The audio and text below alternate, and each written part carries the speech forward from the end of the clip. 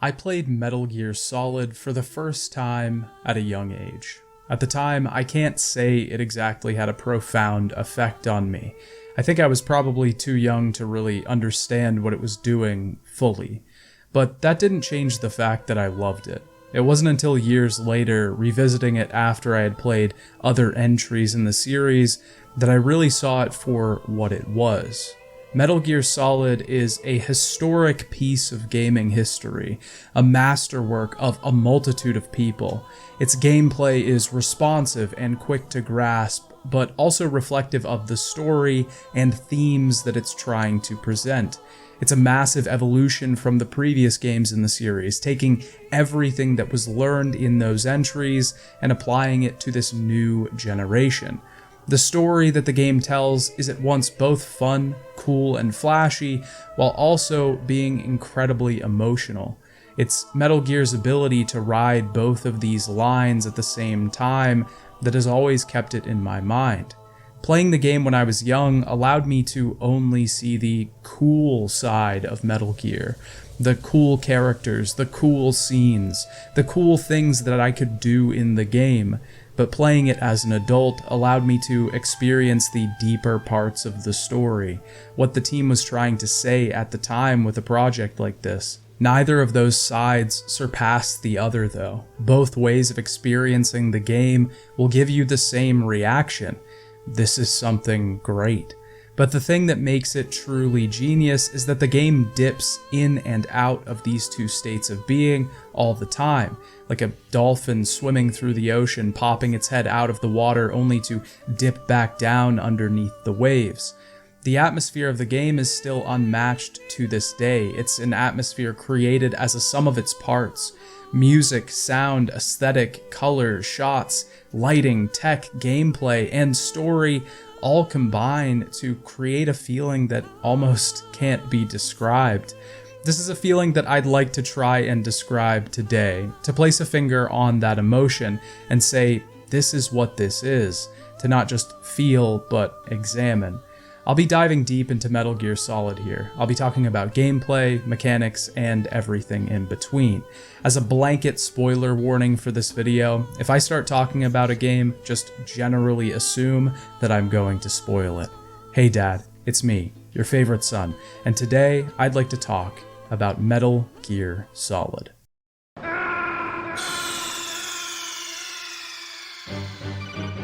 Whoa, wait. We're getting a bit ahead of ourselves, aren't we? We need to go back a bit first to where this all started.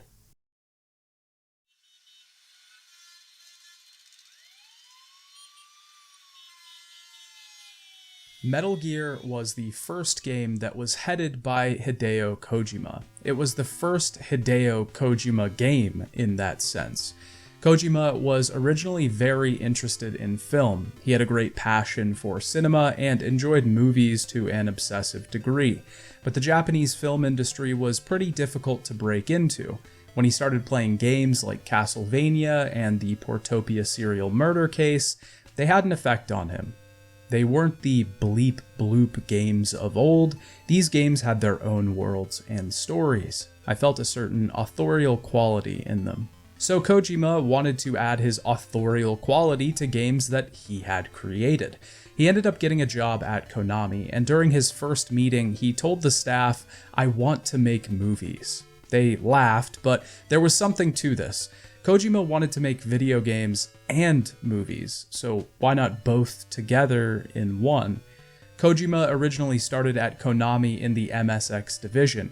He worked on one game there, Penguin Adventure, before he was allowed to lead a project of his own. They gave him a project that had been bouncing around the studio for a while at that point. It had sort of been passed off and was kind of considered cursed. The idea was to make a war game, or a game with a war motif, for the MSX. Kojima had trouble with this because the MSX wasn't a terribly powerful machine. Compared to its counterparts at the time, it didn't stack up. The MSX specifically could only display 4 sprites at once. Kojima explained these limitations to Konami using the example of Gradius. He compared the MSX port of the game with the original arcade version, and the differences were pretty clear. home gameplay wasn't smooth, so making a perfect run-and-gun project for the MSX was near impossible. So Kojima had to think around this problem. Gaming at the time was about shooting, but Kojima flipped this on its head and decided that this war game should be about not shooting, to pull players away from confrontation and not showcase the holes in the system. Kojima decided he would make a stealth game. The original Metal Gear was heavily inspired by the film The Great Escape. The Great Escape is about a group of Allied soldiers who are captured in a German POW camp.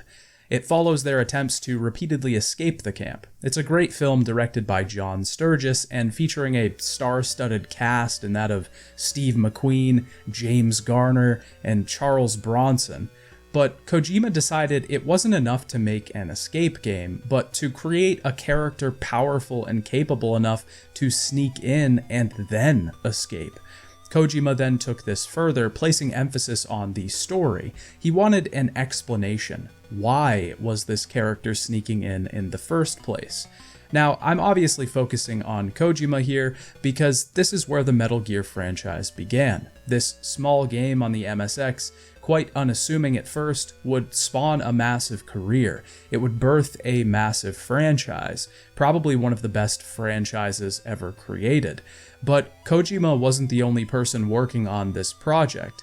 Koji Toyohara, one of the programmers on Metal Gear, would go on to work with Kojima again on his adventure game Snatcher, which we'll be talking about very soon. Iku Mizutani, who did the sound effects work for Metal Gear, would also work on Snatcher and would have his own prolific career, specifically working on a lot of wrestling games. Motoaki Furukawa, who also did sound effect work on Metal Gear, would also go on to work on Snatcher and help with the wonderful score for that game. I say this because I want to set this precedent from the beginning. This series of videos will give Kojima a lot of praise, and I do think that his vision and his ideas are responsible for a lot of the tone, atmosphere, and quality that these games present. But it's not just Kojima. To further this point, he even went on to make Snatcher after Metal Gear because he felt that he was limited because his programming abilities weren't that great. My point here is that just because I praise Kojima doesn't mean that I think he's a god, but I also think that his unique view of games have created a lot of what the series has to offer, and if he wasn't there, things certainly wouldn't be the same. Metal Gear itself was released for the MSX on July 7th, 1987 in Japan. Before we get into the game itself, I just want to point out that there was also an NES port of this game. The game was released later in the same year for the NES, and this port is not nearly as good as the original MSX version. Megana Manic has a fantastic video on the differences between the two versions of the game and why the NES version is really so poor. So if you're interested in that subject in depth, I would highly recommend checking it out. It's linked in the description below. But the NES version completely butchers the game in a variety of different ways. The subtle beginning of the infiltration mission is turned into a parachute drop into the jungle that requires us to find our way around the outskirts of the base before actually infiltrating. A lot of the most intense aspects and parts of the MSX version were just totally neutered by removing the capabilities of the enemies or just straight up removing bosses from the game. It just flows a lot worse in the NES version, and they even removed the final boss, Metal Gear, and turned it into a computer that you just blow up. Also, not to mention the awful translation at the time, just butchering any semblance of action that the game had. This port was actually disowned by Kojima himself many times. I really don't like saying this, but it really wasn't up to my standards. The care that I put in the original wasn't there. The fun stealth element was not there, and the actual Metal Gear, the robot, doesn't appear in the game. I did play both versions of the game for this video, but I will be talking about the MSX version of the game specifically. The premise of the game itself is pretty simple, and this entry is easily the lightest on story out of the entire series. Solid Snake, our main character, is given a mission Intrude N313. Supposedly, a weapon of mass destruction has been crafted here, a weapon called Metal Gear.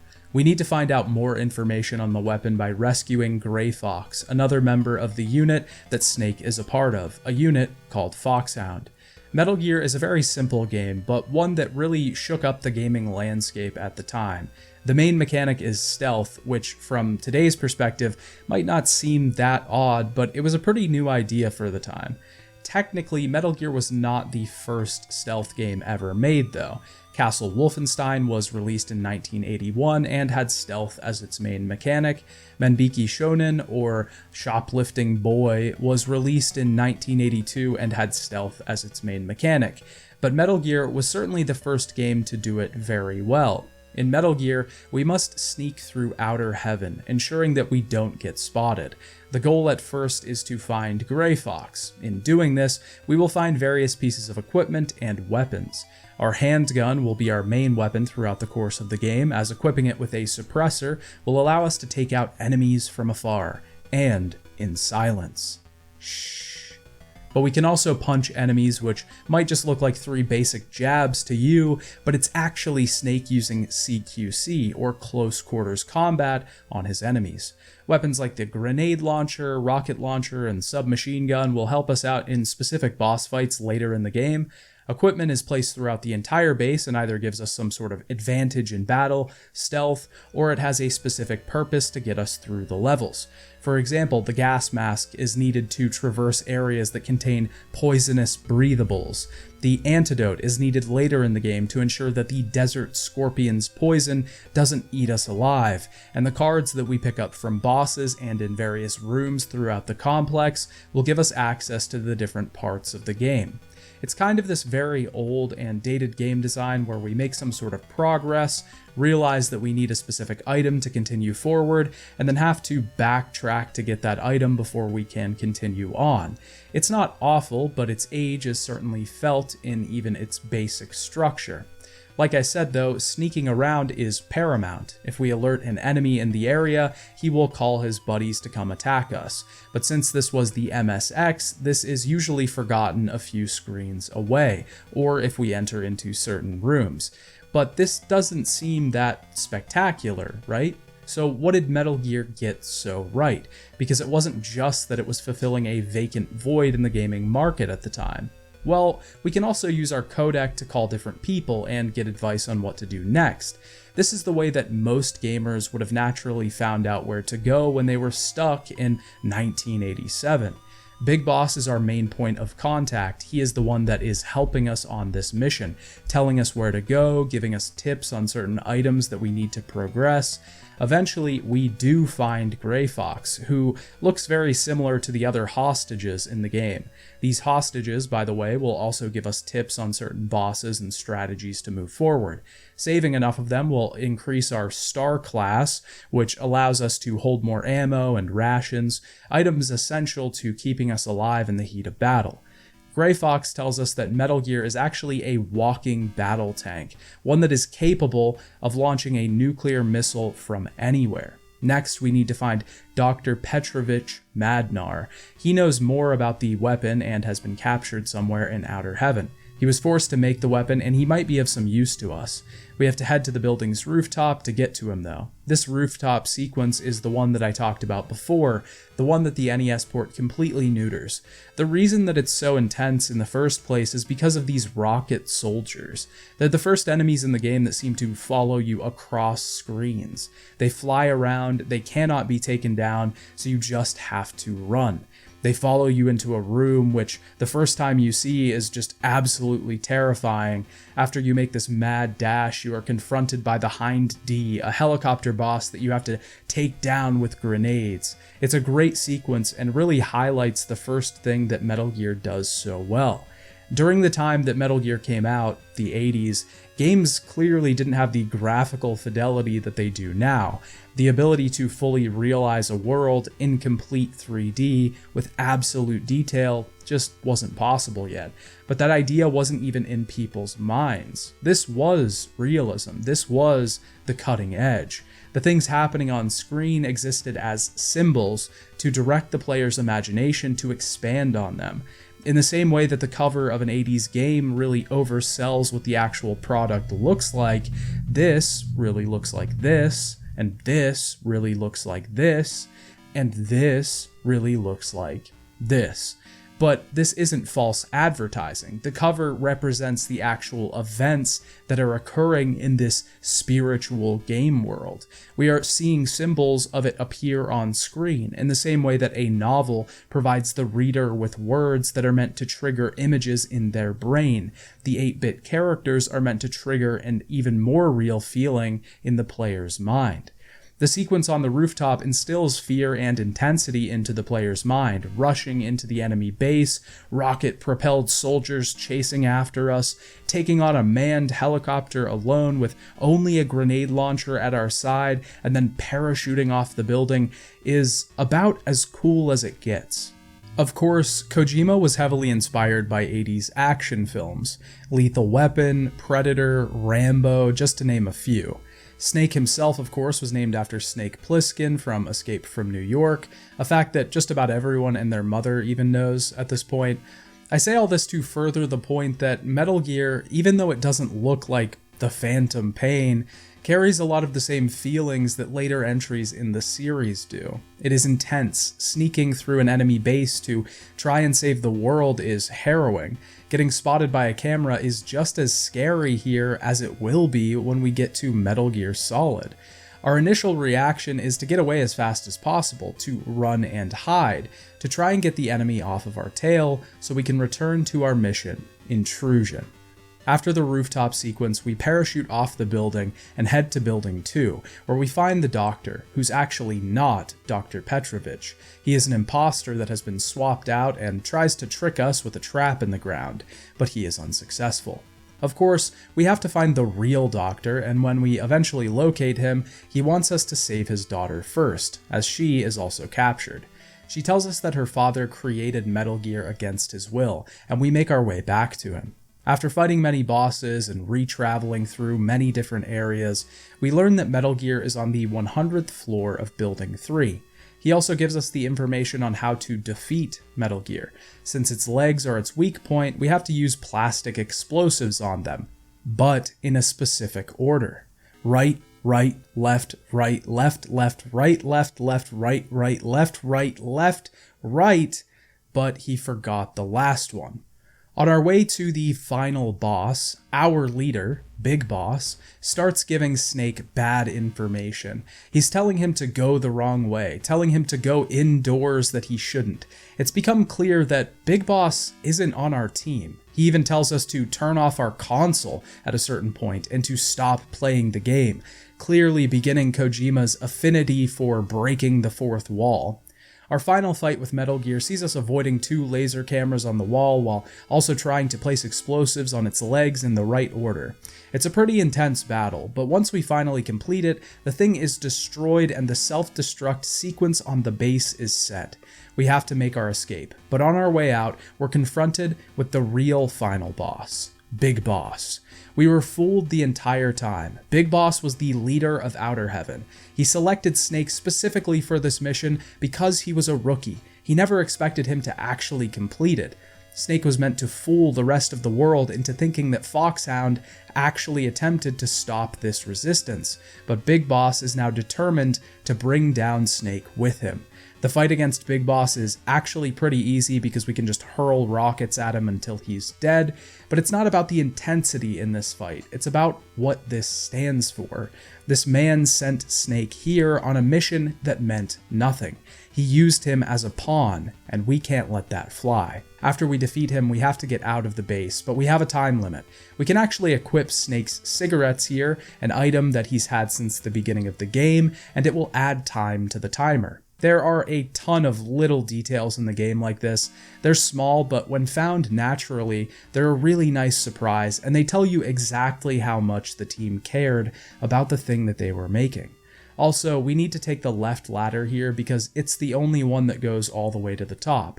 A prisoner that we rescue earlier in the game will actually tell us to take the left ladder in our escape, so it isn't total guesswork.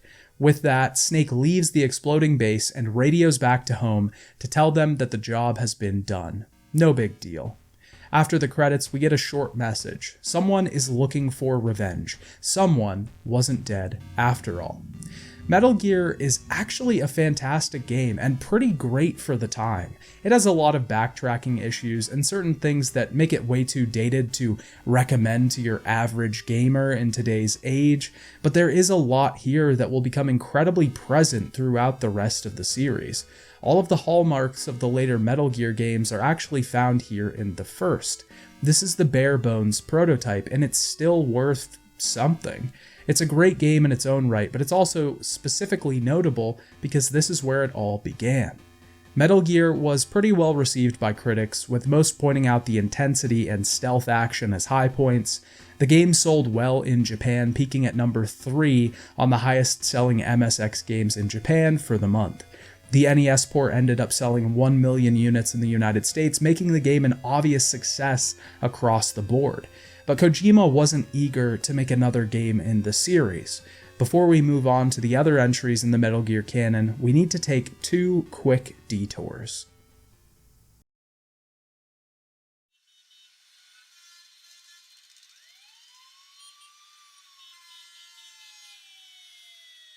Snatcher was developed and published by Konami, and was released originally for the PC-88.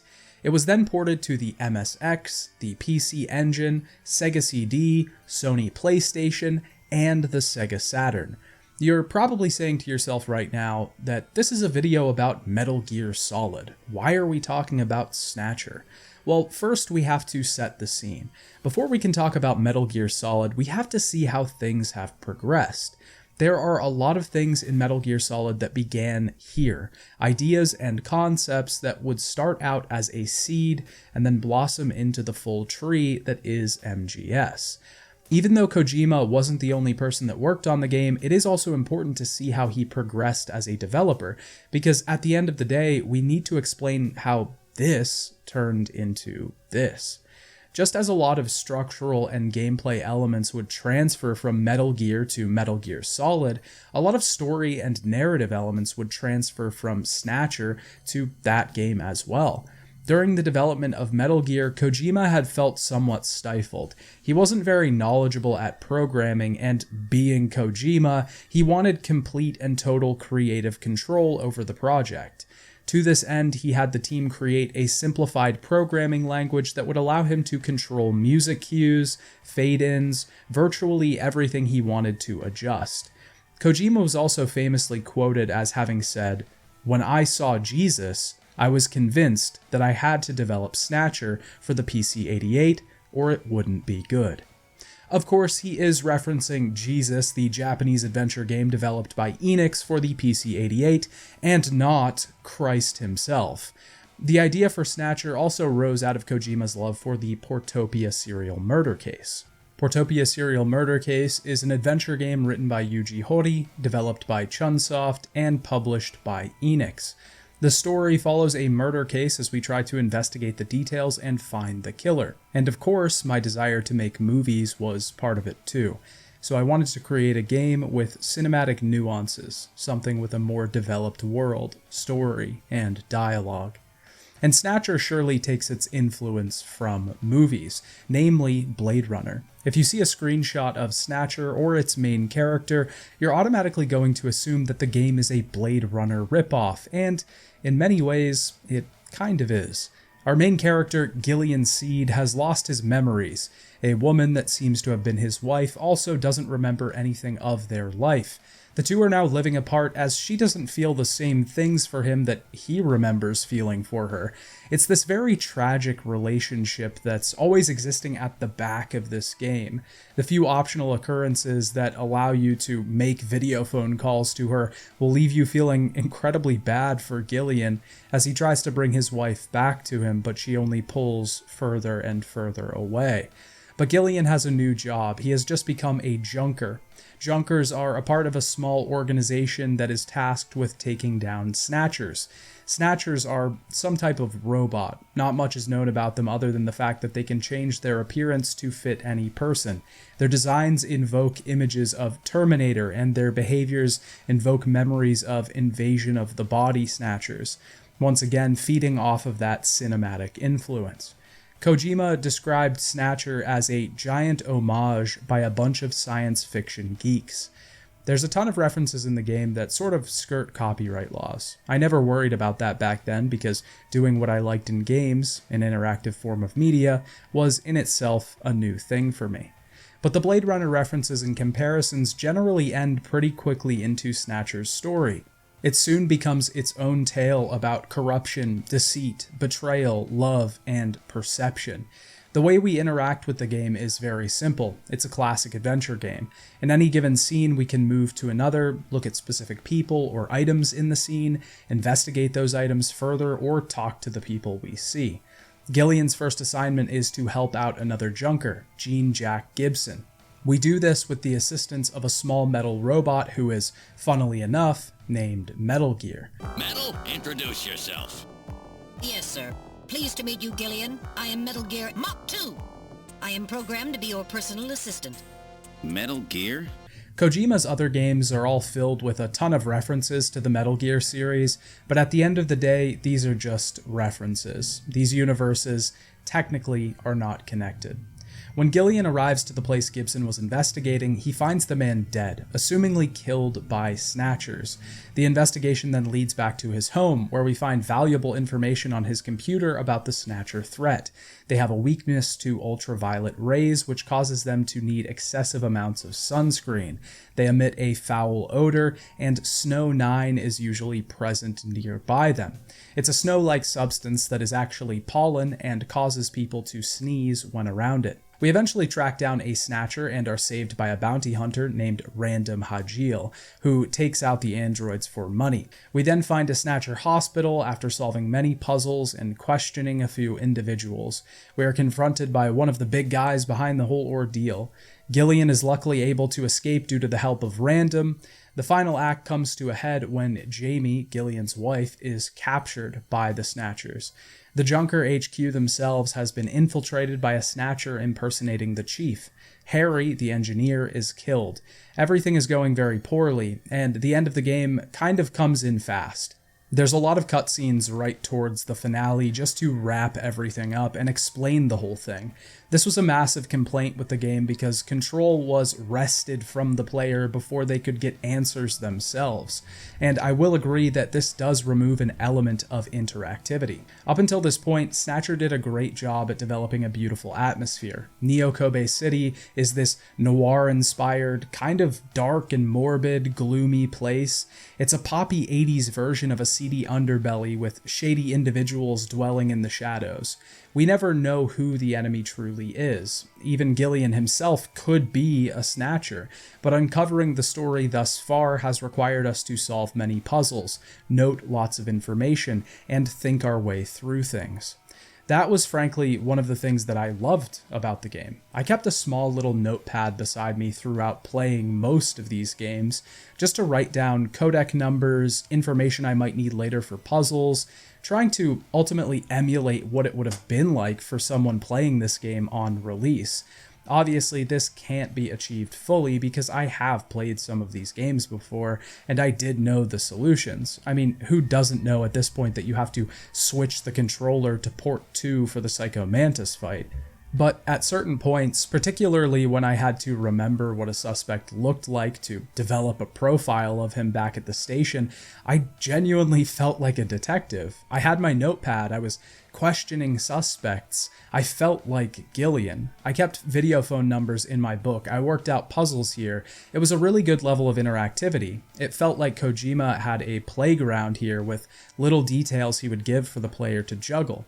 But the third act just kind of takes that all away. Outside of basically 2 short gunfights that we have to complete, we're just watching cutscenes. And listen, I don't mind that.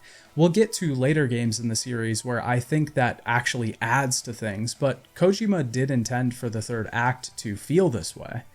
The story was so complex, and we had so much that we wanted to convey to the players that we took the chance of making it less interactive. The story required that we restrict the player's freedom to a certain degree, and I wanted to create a final scene, a tragic conclusion, where the player couldn't participate. Each character was beholden to a fate they could not change. And to a certain extent, I agree with that choice.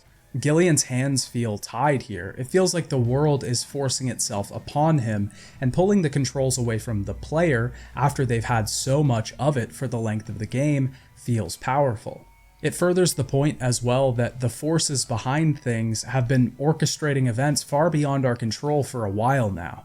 This is just the tip of the iceberg.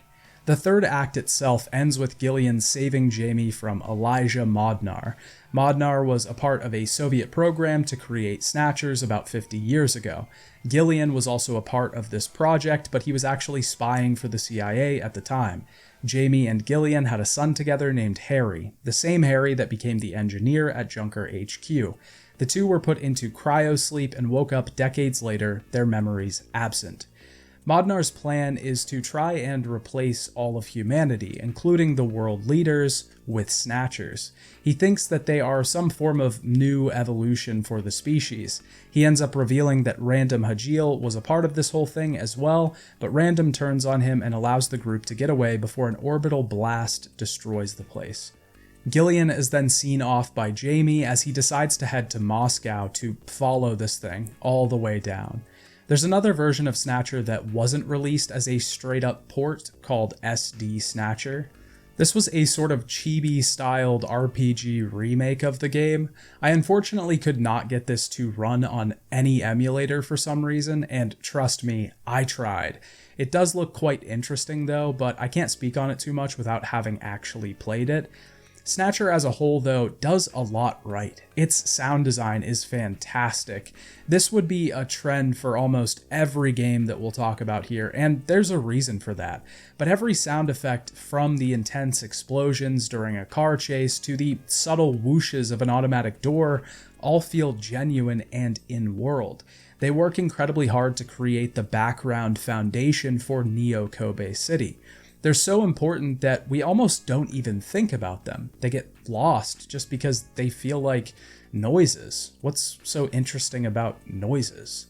The soundtrack is something that doesn't get lost, though. The original was composed by Masahiro Ikariko and apparently Akira Yamaoka of Silent Hill fame. Apparently he just worked on the Sega CD version, which happened to be the one I played for this video. Ikariko would go on to compose the soundtrack for the two other very relevant games in this video, Metal Gear 2 and Policenauts. But the OST just oozes gallons of the exact same feeling that they wanted it to. It's jazzy, it's funky, it's sad and ambient, it's smooth. The intro theme, One Night in Neo Kobe City, goes incredibly hard.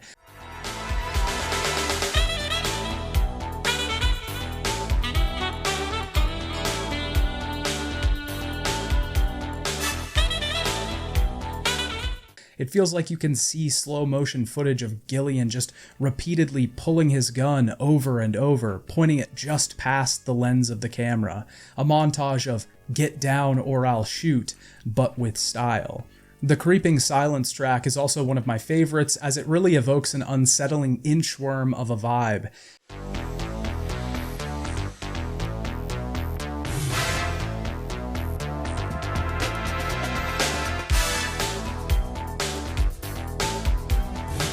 It's almost like they compiled all of the grittiest and most zigzag-shaped sounds on a synth into one song. Tear-Stained Eyes, the credits theme, is also a personal favorite. It's just such a smooth and somber track. It feels like an early 90s R&B jam, and it's wonderful.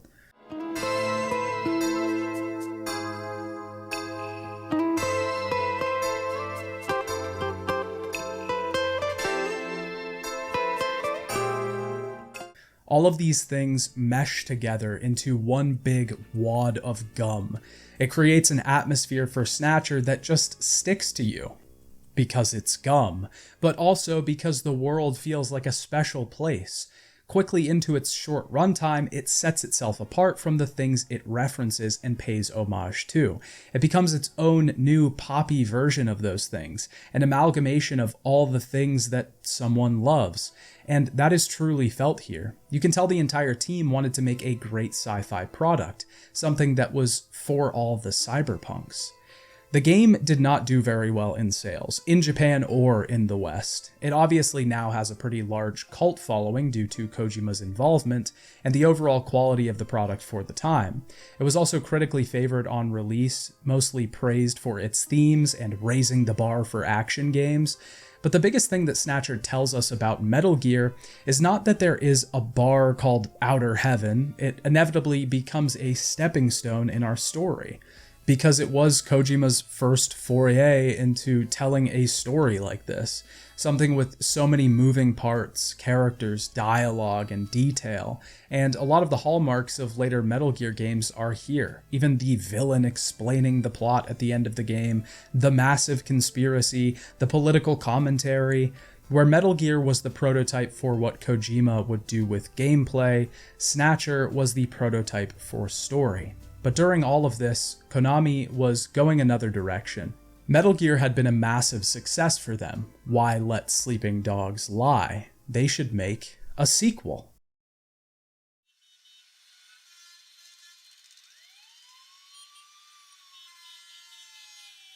Listen, I'm not going to talk about this game for a while, so for all those people that are complaining right now because you think I'm spending too much time talking about games that aren't Metal Gear Solid in a video called I Talk for Far Too Long About Metal Gear Solid, this one's going to make you happy.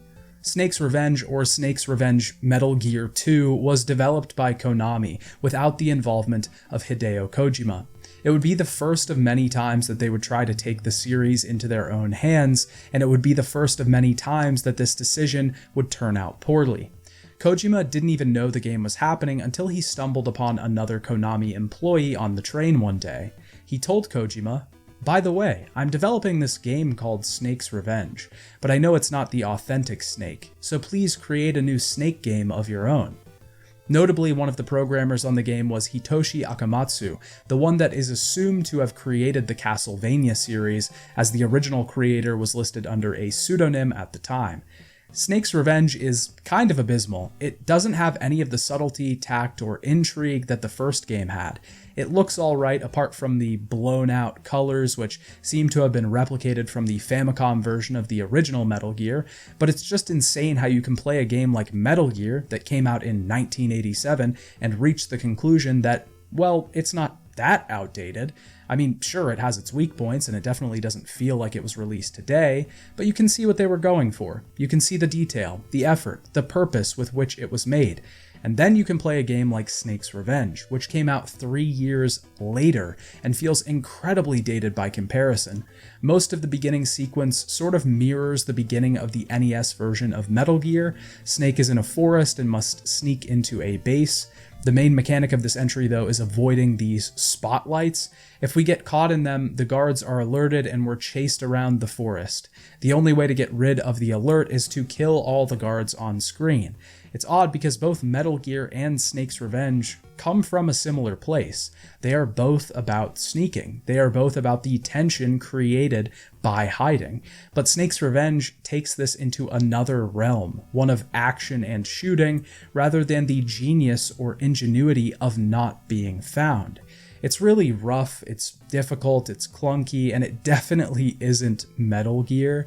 The game itself has been disavowed by the creator of the original series. It's definitely not even considered canon anymore, it's just bad overall.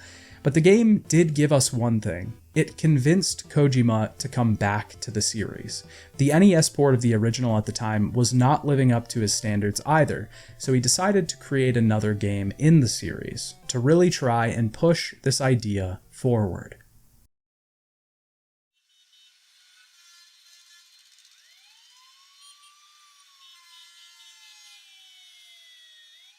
Metal Gear 2 was released in 1990 for the MSX2 in Japan. It never really got an English release, that is, until Metal Gear Solid 3 Subsistence came out. This version included the MSX versions of Metal Gear and Metal Gear 2 Solid Snake. This is how I played the game, since it was the first official English release that the game actually saw. It seems like the main difference between these versions is that the images used for characters in the MSX versions are a little more like real people. They have almost an FMV look to them, where the English version just has the classic versions of the characters from later entries in the series. As I said before, Kojima was inspired by the developer that he met working on Snake's Revenge. This is initially why he decided to make Metal Gear 2. Konami had also trusted him more at this point since the first game was a success. They gave him more funds to create a sequel. I couldn't exactly find sales numbers on Snake's Revenge, but it doesn't seem like it did very well. If it did, I think Konami would have just kept making games with that team. Kojima even says in an interview with The Guardian that Konami was paying for the team to go into the woods in some nearby mountains so that they could dress up like military. This was in the interest of making the game more authentic and giving the team a realistic sense of what the characters were going through. The first Metal Gear was a step above in terms of gameplay. It had the bones of a story and did what it could, but it was incredibly impressive for the time. Snatcher was then a showcase of story. It illustrated that Kojima could make an intriguing tale. Metal Gear 2 takes both of those elements, jacks them up to 10, and presses play. This game is fantastic, and the fact that many people may not revisit it because it looks from the outset like an old, dated 90s game is a true shame. The opening crawl for the game sets the stage. In the near future of the late 90s, the world has entered an age of peace. This game is set about 4 years after the first game. The idea of nuclear war being a looming threat is now in the past, but the Middle East has become home to brewing tensions. A political group in Zanzibar has just come into power. That's Zanzibar land, by the way, not Zanzibar. This is different.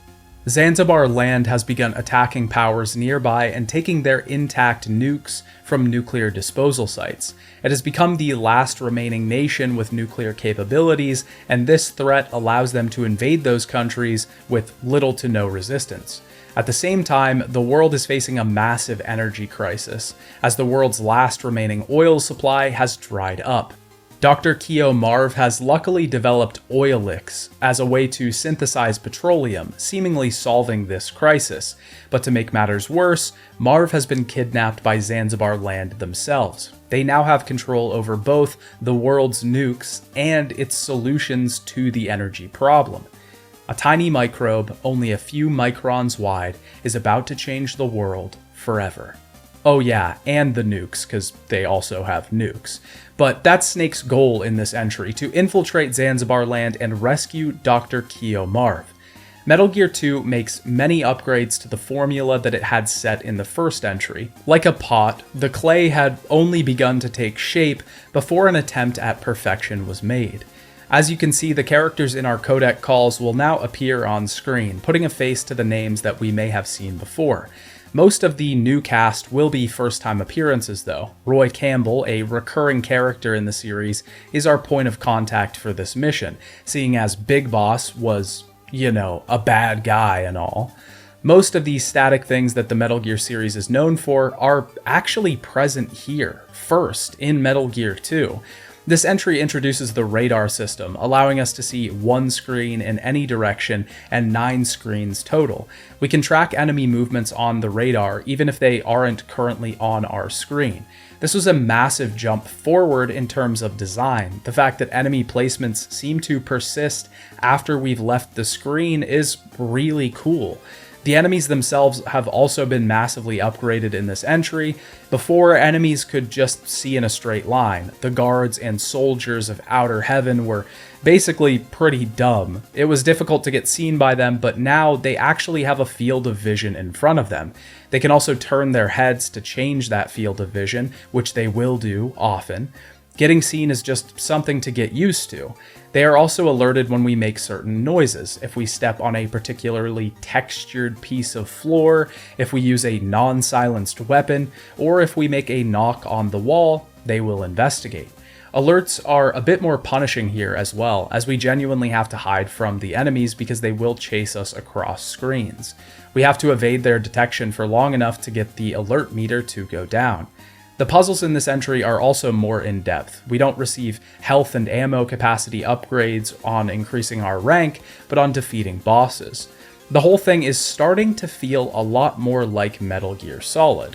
While the first game felt like a stepping stone to something greater, this game feels like a genuinely good project on its own. I probably wouldn't recommend Metal Gear to everyone that loves this series, because I just know that some won't take to it, but Metal Gear 2 is one that I would recommend to anyone that genuinely has enjoyed the later games.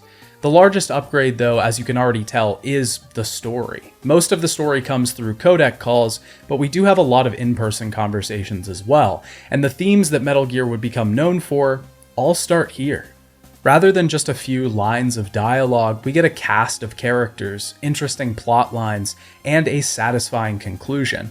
As Snake makes his way into the Zanzibar Land facility, he meets another new character, Holly White. We can call Holly with the codec to get help in different parts of the game. She was a journalist and went on a gonzo mission inside the facility, so she knows a lot about it. When Snake finds Dr. Marv, he thinks the mission is about to be over, but just as in Metal Gear, this doctor is an imposter, and our first boss battle begins, Black Ninja. After defeating him, we find out that he's actually Schneider from the last game, someone who helped us infiltrate the Outer Heaven base. He sets up the intrigue in this story, though, because he tells Snake that the members of Outer Heaven were bombed by NATO. The innocents involved, children, and Kyle himself were just cast aside. Many died horrifically. Someone else is behind this new resistance. Ninja ends up helping us in the end, though. What bad guy doesn't turn good before he dies? He tells us to follow a man in a green beret. He knows where the doctor is being kept. Snake finds this man in the bottom of the facility, and we have to actually follow him through the jungle without being spotted. He's very paranoid, and if he thinks someone is following him, he just heads back to the base. Eventually, though, we can track him to where Dr. Marv is being kept.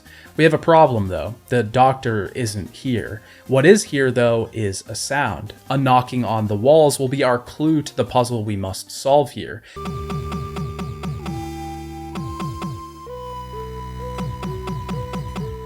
The knocks actually correspond with a table in the manual. This then turns into a codec number we need to call. Oh, what? You don't have this manual? Well, you're screwed. Better look it up online, loser. Oh wait, it's 1990 and the internet doesn't exist like that yet. This is one of my favorite parts about the entire Metal Gear series as a whole. These ingenious puzzles are both neat on the surface and incredibly intricate. Getting the player to interact with the physical world has always been a problem. The question of how to reach the player beyond the screen, to bring the game world and meld it with the physical, is a question that continues even to this day. Solutions like speakers on the controller have been developed, or adaptive triggers that make you feel like you're pushing a box, but this element is so undersold. Obviously, Metal Gear Solid would do this to great success, and you already know about some of those little tricks, but Metal Gear 2 did this as well. Forcing the player to grab a manual and look for a knocking code table is just great. It brings us back to the thing that I loved so much about Snatcher. When I had the notebook in my hands, and when I was writing down little pieces of information, solving puzzles on paper, I felt like a detective. Here, as Snake, I feel like a spy, or at the very least, I feel like someone that's caught up in this massive plot. I have to refer to the code table because the code has to be complex enough that people can't figure it out on their own, but too complex to remember. It's great. When we get the codec number, we realize that this isn't Marv. He's already been moved. But Dr. Modnar is on the other side of the wall in another cell. The same Dr. Modnar that we saved from Outer Heaven. Modnar gives us a ton of information, big reveals, so to speak. First, the people here have created another Metal Gear, of course. I mean, the game is called Metal Gear 2. It's stronger and more powerful than the simple prototype that we faced before. It's what Zanzibar Land has been using to attack nuclear disposal sites. Also, an even bigger reveal, Big Boss is back. He didn't die in Outer Heaven. He's here and he's behind everything. We still need to find Marv though, because we can't let these people get their hands on Oilix. Marv has been moved to the Northern Tower building. He has a microtransmitter implanted in him, and we need to find the STB agent that gave it to him. Marv also tries to set Snake up with his daughter here and gives us a seemingly random codec number for his friend Jacob Jacobson, who will tell us anything we need to know about animals. Our next step is to head through the tower building. Instead of getting information from POWs like we did in the first game, we get information from children that are being kept in Zanzibar land. The message these children deliver us is kind of chilling, and we can see what the team was trying to do here. This will become a lot more clear in the end of the game, but it goes back to something that Schneider said. The children of Outer Heaven were originally orphans and refugees from all over the world. They were a liability, and NATO didn't want to deal with them. They are representations of the casual walking bystanders of war, the innocents, the ones who have no skin in this game, living life and waiting for death. We can head through an invisible platform through the swamp, which is kind of a pain in the ass, and I had to do this twice on my initial playthrough because I forgot to get the mines, which you need for the next boss fight, which is Running Man. Running Man basically just runs around the room and tries to get away from Snake, but we can stop him with our mines that we've collected. This is another big feature that was introduced, grabbing mines by crawling over them. The mine detector now shows the mines on our radar as well, rather than big red dots in front of us. After this, we fight the Hind D again, a returning boss, but we can't just lob grenades at it. We have to actually use a rocket launcher and try to predict its movements. We must infiltrate the tower building by pretending to be cargo shipped inside. Things take a turn for the worse, though, when Holly is captured. Around this time, Campbell also changes his frequency to one that's listed in the manual, another attempt to combine the game world with the real. We find Holly pretty quickly, and she tells us how to find Marv by using a carrier pigeon. It's how he's been sending messages. We head up to the tower, and the codec number for the animal expert actually has some use. He knows what type of food lures in pigeons, and equipping a ration with the correct food in it will allow us to get its message. The message is coded though, so we have to solve this one as well to get Marv's codec frequency. Of course, it couldn't be that easy though, because he doesn't speak English. Modnar tells us to find a woman named Gustava, the STB agent. She speaks his language. She's disguised as an enemy on one of the other floors, and we have to track her down and wait for her to enter the woman's bathroom. She translates his message to send us in the right direction to his location. We find him pretty quickly, but when we head to make an escape, we're stopped by a familiar face. It's Gray Fox, and he's manning the new Metal Gear. He kills Gustava when he blows up the bridge. He tells Snake to leave before he gets hurt and heads off with Modnar. Gray Fox has turned against us, even though we saved his life, but his motives are still a mystery. Holly then directs us to get a hang glider to cross the gap. We have to jump off the tower, ensuring that the wind is blowing in the right direction first by using a gas grenade. One of my favorite sequences in the game is after we get Gustava's brooch. She gives this to Snake as her dying gift. We need to heat the brooch up though, and we can do this by hiding out in a sauna. The unfortunate part is that there are rooms full of guards nearby who are sleeping soundly. They're being monitored by a camera, so we have to be careful, but the floor also makes a noise. It's an intense way to get to the sauna, but getting out is even worse, because if Gustava's brooch cools down too much, it won't be in the shape of a key anymore. It's just a great section, using a ton of creativity to create game mechanics that make you think. Puzzles that force you to use your brain rather than just input a code. There are also really interesting ways to get around the system as well, doing really interesting things like changing the shape of a brooch within the system limitations of the MSX is really cool. And this game is full of so many little things like this. Right after this, we use the cassette tape, which is a national anthem that distracts some soldiers when we pass by them, or when we have to hatch a fucking egg to get an owl to appear so that we can convince a guard that it's become nighttime so that he'll turn the gate off and we can get inside.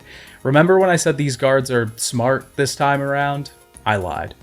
Eventually, we'll run into Gray Fox again, who sends a group of assassins at us in an elevator. Snake infiltrates the facility further and finds Dr. Modnar and Marv.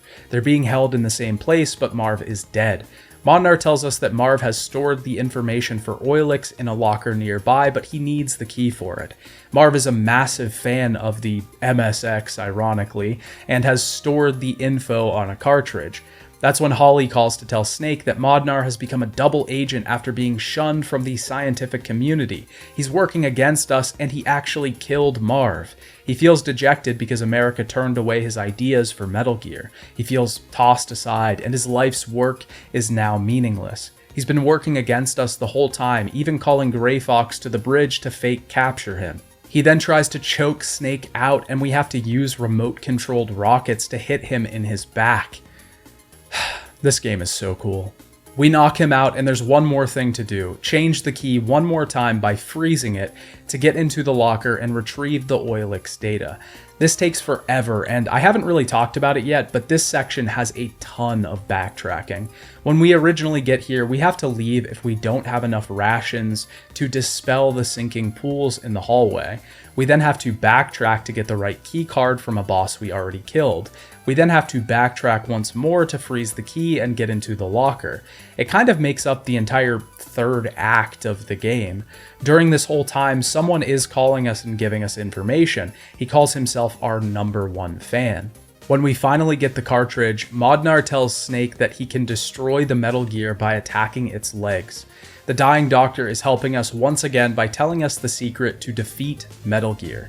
We then fall into a trap, and we have our final stretch of boss battles. Gray Fox is piloting Metal Gear, and we have to take him down. This fight surely wasn't as difficult as the last one because the Metal Gear can only move forward and backward, which is an improvement from the previous iteration, but it's easy to avoid its attacks. We just lob explosives at it until it's destroyed. But Gray Fox survives. The man desires one final duel. He considers Snake his greatest rival. Before we fight him, we're given a codec call with some background info. Gray Fox was a man named Hunter, a mercenary. He was with a woman from the Eastern Bloc. This woman turns out to be Gustava. She talked previously about a man that she used to love, that she tried to do everything for, but he was never there. We fistfight Gray Fox here as he makes circles around us. We can't head to the edge of the room because it's been armed with mines. After we defeat him, Gray Fox tells us exactly why he joined up with Big Boss in the first place. He was a man that he looked up to. Big Boss saved him twice, once when he was being persecuted as a half-white man living in Vietnam, and another time when he was captured in Mozambique. Big Boss saved children and brought them here to give them a place in this world, just like he gave Gray Fox a place on the battlefield. Gray Fox realized that war was the only home he knew. He could only understand the world from a perspective of conflict. He then reveals that he was the fan that was contacting Snake. Gray Fox is such an intricate character, and he's really a reflection of Snake himself, a sort of mirror image. Snake considers himself to be above Gray Fox, but Gray Fox has realized something. He's made peace with the fact that the battlefield is his home. Snake hasn't done this yet. He even tells Gray Fox, "I swear I won't turn out like you." Creating villains that aren't doing this for money or power, but are fighting out of a need for a purpose. They're fighting because without it, they have nothing. This is something interesting. This is special. Gray Fox dies as he tells Snake, "Thank you," one last time. Just before this battle, we are lit on fire by Gray Fox, and we have to rid ourselves of all of our belongings, otherwise we'll just burn. Forcing the player to disarm themselves at this stage of the game is great. It not only sets us up for the epic conflict with Gray Fox, but it also rids us of any reward that we've obtained so far. This is the battlefield. It is not rewarding. It takes, and it takes, and it takes. This furthers the next fight that we will have, the final fight with Big Boss himself. Snake reveals here that the real reason that he came to Zanzibar land was to rid himself of the nightmares that he's been having since the Outer Heaven incident. Big Boss argues that these should not go away. They are part of the exhilaration of battle, that the human mind yearns to return to war, to conflict, to the fight. He has not cursed Snake with nightmares, he has given him a reason to live. He goes on to say that the children living here are rescued so that they will be turned into soldiers, fueling the flames of war just as he did with Gray Fox. But this all ends now, right? The final battle between these two, it will all be decided here. But Big Boss even goes so far as to say that this battle itself does not matter in the grand scheme of things. It doesn't matter who wins here, our fight will continue. The loser will be liberated from the battlefield, and the survivor will live out the rest of his days as a soldier. But we have no weapons with which to fight Big Boss, and that's why this fight is so great. The battle takes place in a square room with a bunch of doors in the center, leading to even smaller rooms. We have to find items around the room while avoiding Big Boss and enter these rooms, gaining key cards one by one, rations that we can use to get rid of the piss pools on the ground, and finally we can get a lighter and a canister of gas. We can equip both of these to make a flamethrower and take out Big Boss for good. The whole structure of the fight acts as a microcosm of the game itself.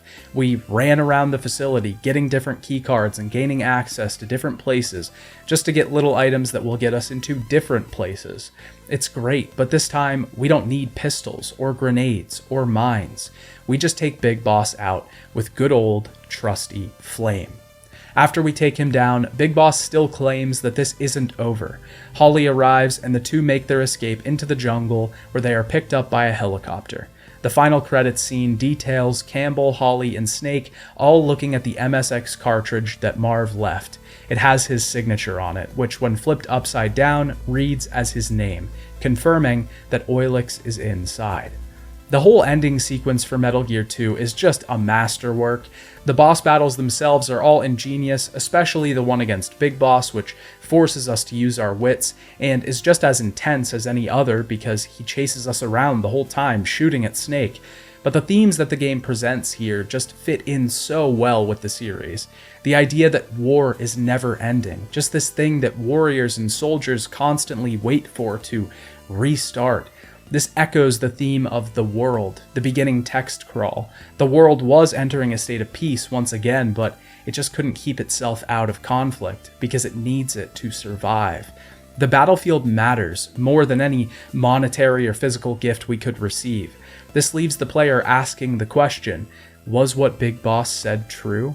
Does our hero really yearn for the battlefield like he said?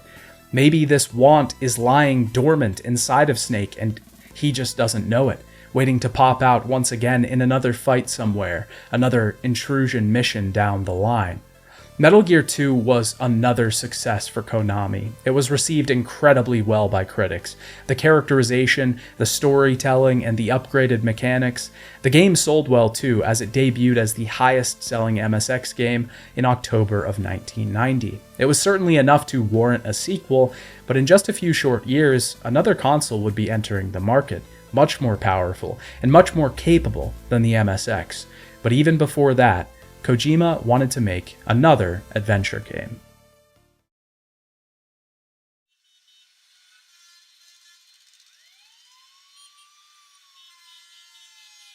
During the development of Snatcher, the team ran into some problems with the memory limitations of the MSX. During this short break that they had to take, Kojima came up with an idea for another adventure game, titled Policenauts. The idea for the game's story and themes came from two places. One, the public debate over organ transplantation at the time, and a rise in Japan bashing that had been popular specifically after the release of the movie Rising Sun. Japan bashing was a Western trend that resulted from fears that Japan's imports and production would overtake America's economy. In an opinion piece for the Washington Post written in 1992, Robert J. Samuelson wrote, "The loathing of Japan differs significantly from the loathing of the former Soviet Union. We despised communism, but not the peoples subjected to it. They were its victims as well as its defenders. They could redeem themselves, as they have, by rejecting it. By contrast, the Japanese are increasingly vilified as a people. From this, there is no redemption." Kojima saw both of these things and wanted to translate these ideas to the public the best way he knew how, through science fiction. He always figured that adventure games were the best way that he could convey the ideas that he wanted to. He wasn't necessarily trying to create a film, but a game that had the DNA of films inside of it. He knew that games at the time were not taking advantage of lighting and direction like movies did, so he took the opportunity to do it himself. And once again, at the time, Kojima was incredibly concerned with having complete and total control over the direction of the projects that he worked on, and Policenauts ended up similarly to Snatcher in that regard. Tomihado Kinoshita, who did a ton of design work on Snatcher, would also work on Policenauts as the main character designer. Yoji Shinkawa, who also worked on Policenauts, a man that would become a mainstay in the Metal Gear franchise after this, all the way up to Metal Gear Solid 5. Policenauts was first released in Japan in July of 1994 for the PC-98. It was then ported to the 3DO a year later. Less than a year after this, it was ported to the Sony PlayStation, and finally, in the same year, it was ported to the Sega Saturn. The Saturn version of the game is the one that I played for this video. This is mainly because Kojima himself has said that it's his favorite version. There's slight art differences in every version of the game, some have extra content, and I believe that not every version of the game includes the encyclopedia, which I think is an essential function of the final product. The game was also never released in the West, so this is a fan translation of the game. Many attempts were made to get Konami to port the game to the West, but it was suspected that due to poor sales of Snatcher, this was never on the table. The game itself sees us in control of a man named Jonathan Ingram. Ingram is a former Policenaut, a small squad formed to act as the official law and order in space. At the time, humanity had moved out into space, away from Earth, to create a colony called Beyond. During a test of a new type of armored spacesuit, Ingram was cast into the depths of space due to a malfunction in the gear. He luckily saved himself by crawling into a cryopod and managed to stay alive for 25 years until he was discovered adrift. He's now back on Earth acting as a private eye, or a private negotiator, someone that takes on negotiation work with criminals. He's approached by his ex-girlfriend, the woman that he was dating before he went missing. While he was gone, she moved on and married a man named Hojo. He has now gone missing and left her with only 2 clues, a leaf that's been cut in half, and a set of mysterious capsules from the same company that he worked at, Tokugawa Pharmaceuticals. After his ex is killed, Ingram vows to track down who killed her and find the current location of Hojo. He slowly uncovers a massive conspiracy at hand that goes all the way to the top. It's very noir, it's very jazz, it's very cool. One of the best things that Policenauts has going for it is its world. Just like with Snatcher, Policenauts' world excels at making it feel lived in and real. This is due in no small part to the vast amount of terms, history, and characters that can all be looked at in the encyclopedia. This function is available to us at almost any time in the game. At certain points, we will even see little asterisks by terms in dialogue and can look those up later to find out exactly what they mean. This breadth of knowledge is available to us from the beginning of the game, and in the first scene, I found myself sifting through pages and pages of this digital tome. It's massively impressive just how much this world really has going for it, how fleshed out it really is on an atomic level. This is by no means mandatory either. You can never touch the encyclopedia and you will still understand the story just fine. But if you want more context or information about the things you've heard, it's always there, waiting to deliver its slews of information. And the world itself is interesting. Policenauts is technically split into 2 worlds, Home and Beyond. Home is what we would know as Earth, and Beyond is a colony that has been built in space that a lot of people are currently living on. The place is full of crime. Narc, a popular street drug that's a mix between an opioid and LSD, has become incredibly popular. The police force is made up of augmented humans who undergo body modification to improve their performance. They use lift guns, an evolution of classic weaponry. People smoke bent cigarettes which require no flame.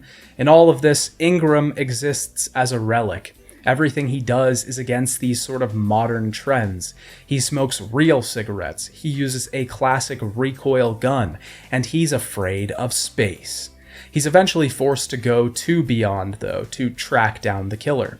I won't explain the entire plot here because I don't really think it's necessary, and the game is around 15 hours or so I think it would take too much time to really go through all of its intricacies, but Policenauts is a story that really deals with human relationships. There's sort of this background tension that always exists between the people of Beyond and the people of Home. Though they are all the same, there is a friction here. Kojima elaborated on this relationship, referring to the dynamic between the two colonies as one of a parent and a child. Beyond as a colony is still in its infancy, and the question is constantly asked throughout the entire game whether humans should really have ever gone to space in the first place. In addition to general frictions and tensions, humans suffer new diseases out here. They have to grow food from artificial sources and force themselves to consume massive amounts of calcium to make up for the deficiencies in their diet. There's a specific scene where Ingram is forced to eat a meal that his partner's daughter makes, and he chokes down each dish, realizing that it tastes nothing like the thing it's based off of. This is, again, Ingram's displacement in time working against him. He's someone who's out of time, a nowhere man. He doesn't belong here, and he doesn't belong on Earth. Beyond's setting allows the story to shine a light on the relationships between people and the inherent flaws that are brought out of them as a result of being so far away from home. The game deals a lot with this subject, while also telling an incredibly compelling detective/mystery story. The characters are all very well done, each distinct in both visual design and narrative. The story also deals with real issues that were going on with prescription drugs in Japan at the time. It references these systemic flaws in the story itself, making them a part of even the sci-fi world that Kojima had created. There, of course, is no shortage of Metal Gear references in the game itself. For example, Meryl Silverberg is a large side character in the game, and this is her first appearance in Kojima's games. She would obviously go on to become a large part of the Metal Gear saga. The game itself doesn't have a ton in the way of gameplay. There aren't nearly as many puzzles or freedom here as there was in Snatcher. We aren't really tasked with figuring out what to do next. It's a better description to say that we're sort of forced to go to certain areas, and then we just advance the plot by examining everything in said area. This is probably the weakest link in the entire chain. It just doesn't really live up to the immersive detective experience that we had in Snatcher, but in my opinion, its story is miles ahead. The tale has genuine moments of emotion, massive highlights that just stand out among the rest. Ingram and Ed, his partner, have a relationship that is both tragic and endearing. These two persist on the screen long after the TV has been turned off. Jonathan! 友達に忠告しとく。タバコはやめるんだぞ。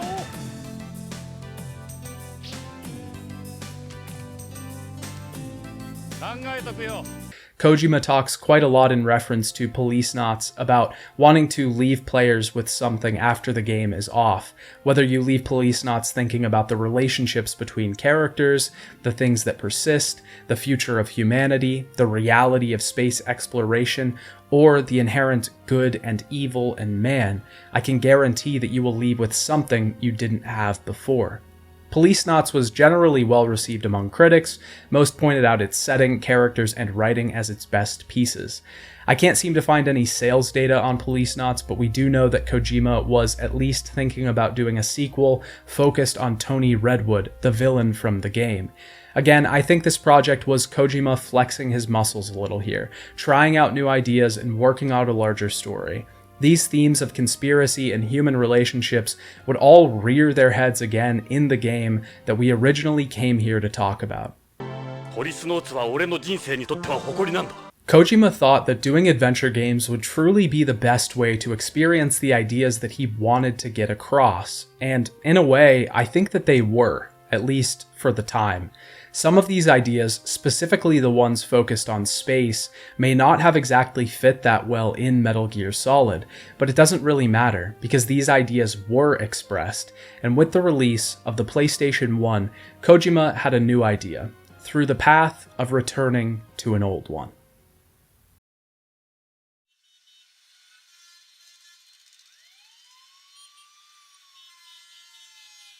With the arrival of the PlayStation 1, gaming was entering a new era of fidelity, 3D.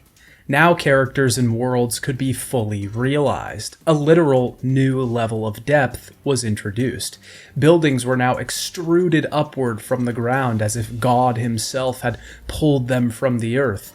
It was a new era. And with that era, Kojima felt that it was time to return to the Metal Gear Solid series. He felt that the technology had advanced enough to finally allow him to achieve the vision that he had originally set out to make clear. This would be his opportunity to make a true hide-and-seek game. Metal Gear Solid was sort of, kind of, not really supposed to be a remake of Metal Gear 2 Solid Snake.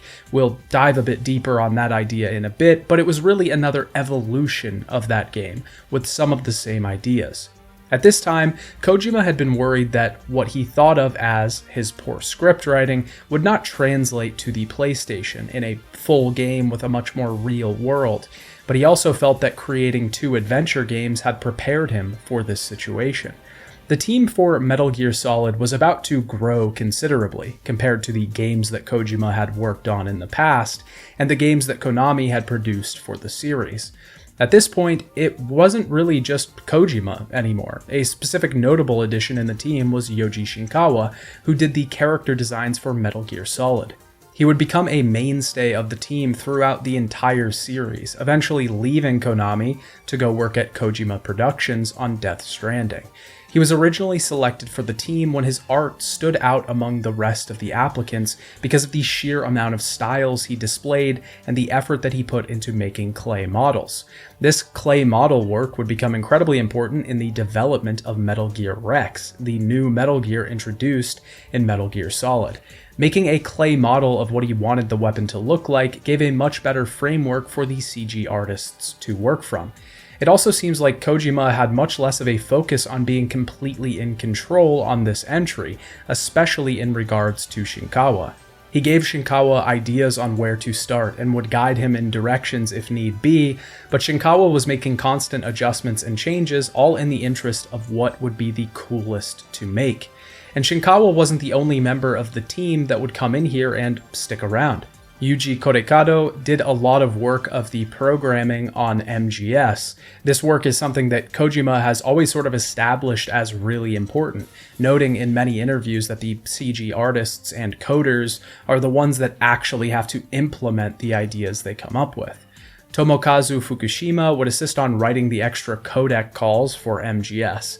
This is something I need to point out quickly because it was a theory floating around for a while. A lot of people seem to think that Fukushima was the real genius behind the Metal Gear series.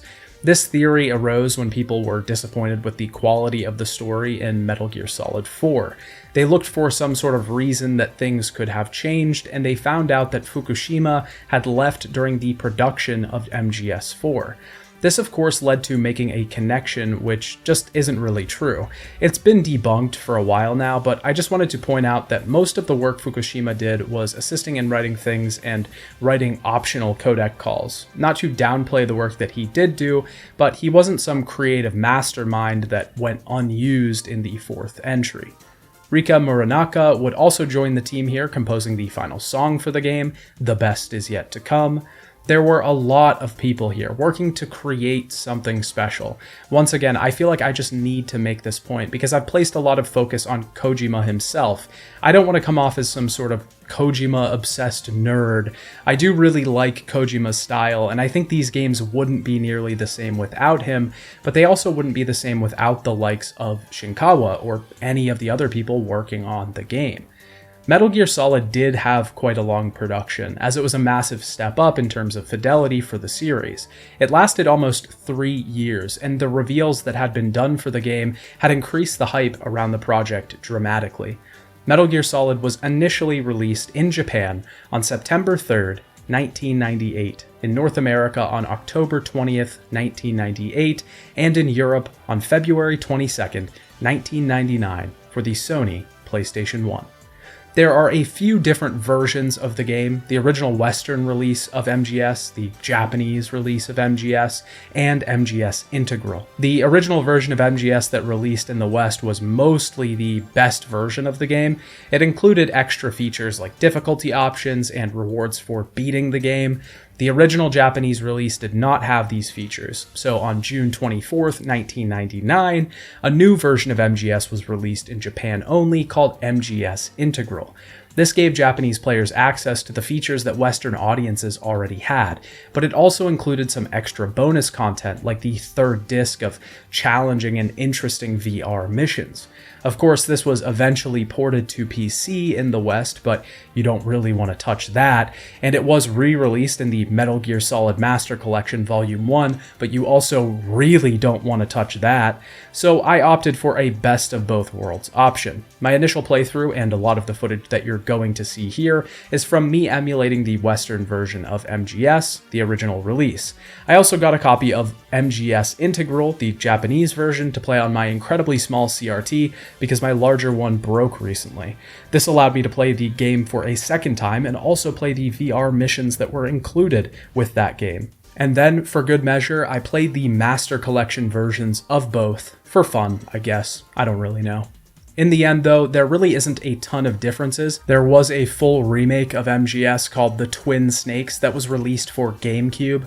It was a full graphical overhaul and does change some of the gameplay to play closer to MGS 3 or 2. The translation is also supposedly closer to a literal translation of Kojima's vision for MGS because he wasn't very happy with Jeremy Blaustein's translation of the first game, but in my opinion, some of the animation and the translation removes a lot of the original atmosphere of the game. Metal Gear Solid actually begins before the initial game, with a briefing that you can access in the menus. This updates the player on the story of the previous two games in the series, assuming that most had never touched those. We then get a pretty long conversation between Campbell, the same Roy Campbell from MG2, and Solid Snake. Rather than updating players on the past, this focuses on the present, the mission we're about to embark on, and the situation at hand. Snake has since retired from Foxhound, but Campbell specifically wanted him for this mission. Snake is injected with nanomachines that will help him with the cold before being briefed on the mission he has only sort of agreed to. About 5 hours ago, Special Forces, led by Foxhound, have taken over Shadow Moses Island, a remote island off of Alaska. It is currently home to a nuclear disposal facility. Snake's mission is simple: to rescue DARPA Chief Donald Anderson and ArmsTech President Kenneth Baker. He also has another objective: to determine whether the terrorists currently holding the island are capable of launching a nuclear weapon. But the terrorists have a simple demand. They want the remains of Big Boss. Apparently, the government has been conducting genome experiments to take out genes that harm a person and splice in genes that make them resistant to things. They need Big Boss's genes for a currently unknown reason. They're even calling themselves the Sons of Big Boss.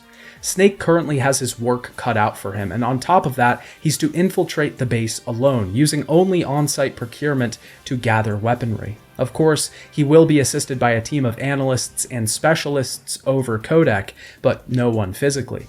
This is a top-secret black ops, so the less brains that are aware of it, the better. But who exactly are these Foxhound members still running around? Big Boss was killed in Zanzibar, so who carries on the squad that he left?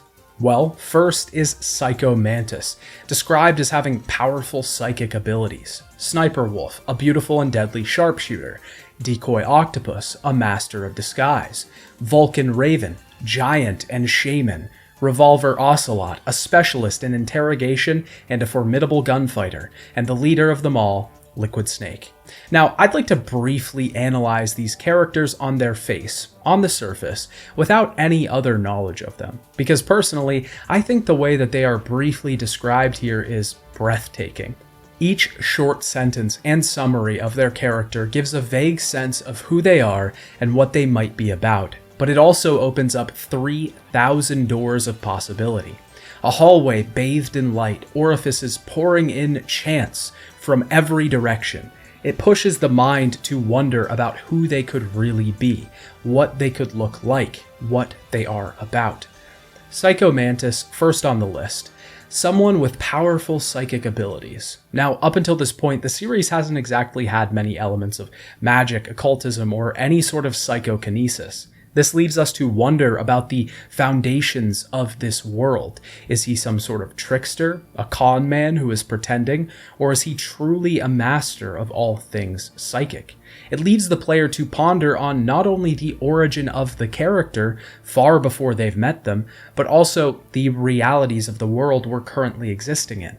Keep in mind as well that we will not formally be introduced to any of these characters for about an hour or so into the game. Ample time for the mind to wander. Next, Sniper Wolf, the beautiful and deadly sharpshooter. Is she a femme fatale? Is she an infiltrator? Will she try to win Snake over with her charm and good looks, or will she stick to the shadows, ready to pounce at a moment's notice? She could be watching right now, and we could have no idea. A shadow stalking the snake in the night. Decoy Octopus, a master of disguise. Another enigma. Is he currently a part of our team? Is he dressed up as a random soldier? Where is he? Who is he? Are his disguises practical, or is this some type of X-Men-like team that's been formed out of mutants who can shapeshift and cast spells? Perhaps my favorite, Vulcan Raven, giant and shaman. Probably one of the best descriptions in the entire series, and possibly one of the best sentences ever uttered. Giant and shaman. What does that even mean? Vulcan Raven, giant and shaman. Giant possibly condones that he is a man of large stature, but apparently we're in a world that contains psychokinesis, so is he a literal giant? And a shaman? What type of shaman? One that will be using totems to buff himself in combat? Or does he draw more of an inward power from nature? Or is he just a practitioner of a sort of lost animism? Revolver Ocelot, specialist in interrogation and a formidable gunfighter. I mean, his name is Revolver. What more is there to say? I picture a Wild West sort of man, a gunslinger in the classic sense, one of the last of his kind, but one that's also brutal enough to know the power of words, of information. And their leader, Liquid Snake, the only one that we don't get a true description on, but his name is enough, because he shares the same code name, Snake, with our own protagonist. He speaks for himself. He may be similar, but in the sharing of the names is the transfer of information, the information that he is a formidable foe for our main character. All of these are difficult to think about removed from the modern day. These days, everyone knows who Ocelot is. He's a classic character in the series and a fan favorite. But my point here is the original intention of this scene. When it was released in 1999, this sequence generated suspense. It generated possibility in the mind of the player. It crafted a world in their head before they had even begun to fiddle with the controller. And then it allows the player to step into that world to see what it's like for themselves. This is also the first time that the series has done something like this. Tell us the villains before we've even started. Previous entries have left us to discover the bosses along the way. Random, mostly throwaway enemies that just popped up and died. But that's all changed now. The bosses are laid out. We know who we're to fight. Well, we sort of know. We'll know a lot more soon. The sequence also does a great job at informing us at what we're here for right off the bat. Even if we don't watch the full briefing before playing, we know a few things. We're here in Alaska to stop revolutionaries from launching a nuke, and we have to save a couple people along the way. That's about as simple as it gets. The rest of the story will not be as gentle or succinct as this, and I don't think that it needs to be. But right up front, getting players to understand the basics of what they're up against and answering the big, why am I sneaking into this place, is essential. When we arrive at the base, we have to reach an elevator on the other side. A simple task, but there are 2 guards patrolling. Someone is here as well, saying that he must go swat away some bothersome flies.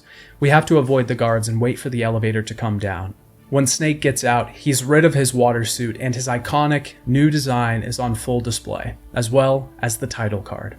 I would also like to note here that the intro at the docks is very simple and small, contained, but it very much reminds me of the design of the first 2 Metal Gear games. The map is almost the same with these blocky containers. There isn't much for us to do other than hide and wait before getting into an elevator. This is sort of furthered when Snake gets in the elevator, and for a few seconds, we watch through his point of view as we leave that behind. That's in the past now, and Metal Gear Solid is the future. We get a codec call here that mostly introduces us to the new features that we have at our disposal, what the upgrade to the PS1 has brought us, and to be honest, it isn't a ton. I don't mean that to say that this isn't an upgrade, it definitely is, but I was actually shocked at how much of MGS was already in Metal Gear 2. This game's control is mostly the same, although we now have the advantage of being able to run in circles and navigate in all directions. But the goal is the same: get to where we need to go without being seen. If we alert the enemy forces, then our new fancy radar will be jammed, and we must evade it until they cool off. We can crawl under stuff again, but now we can actually see in first person.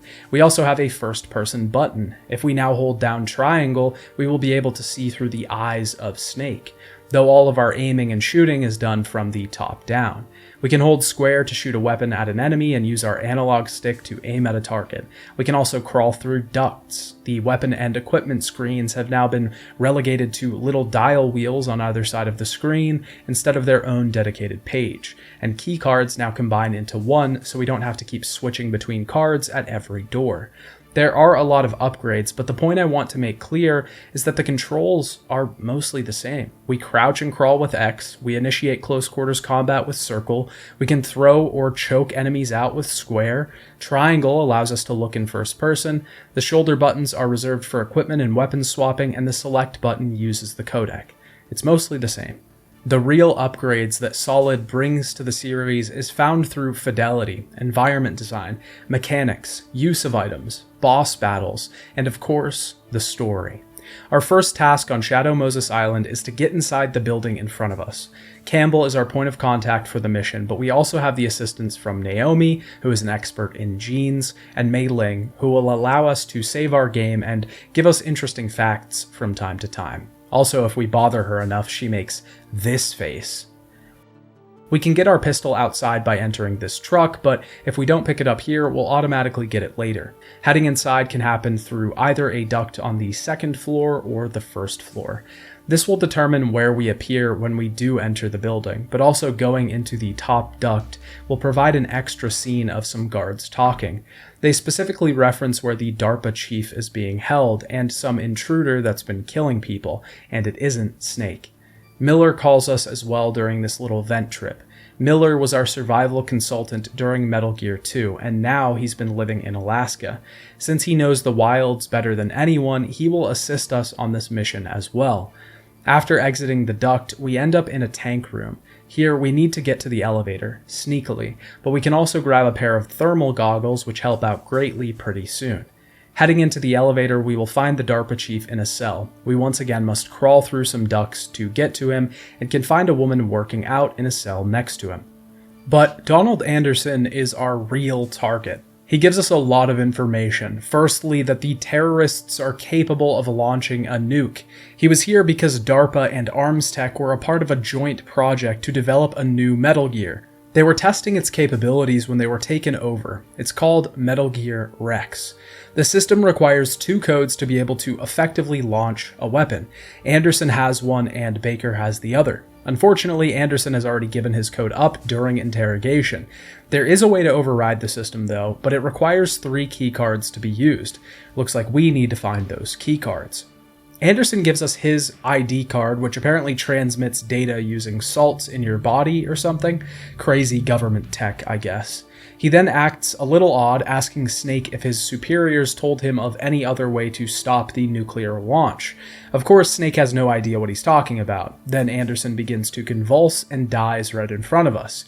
Snake asks Campbell about this, if he knows anything, but Campbell claims his clearance isn't that high. He doesn't have all of the information. Outside, a guard is waiting for us, but Snake pretty quickly recognizes that the guard must be a rookie. He points out that the guard's indecisiveness and inability to fire a gun are telling, but this ends quickly when it seems that the guard is on our side. We're assisted by them in defending against a swarm of soldiers that come investigating. Snake then has a vision of 3 Foxhound members trying to get someone's code, and we see a mysterious figure for a brief moment before it disappears. Naomi says this must have been Psycho Mantis. Things are certainly getting strange, but it's time to go find Baker, the only other alive hostage in the place. Luckily, before Anderson died, he told us that he's downstairs, in another level of the basement. He's being kept in a room that's entrances were filled with cement, but never painted over. We have to get inside using some of the C4 that we can find down in the armory. The armory is a place that we'll return to a few times throughout the course of the game.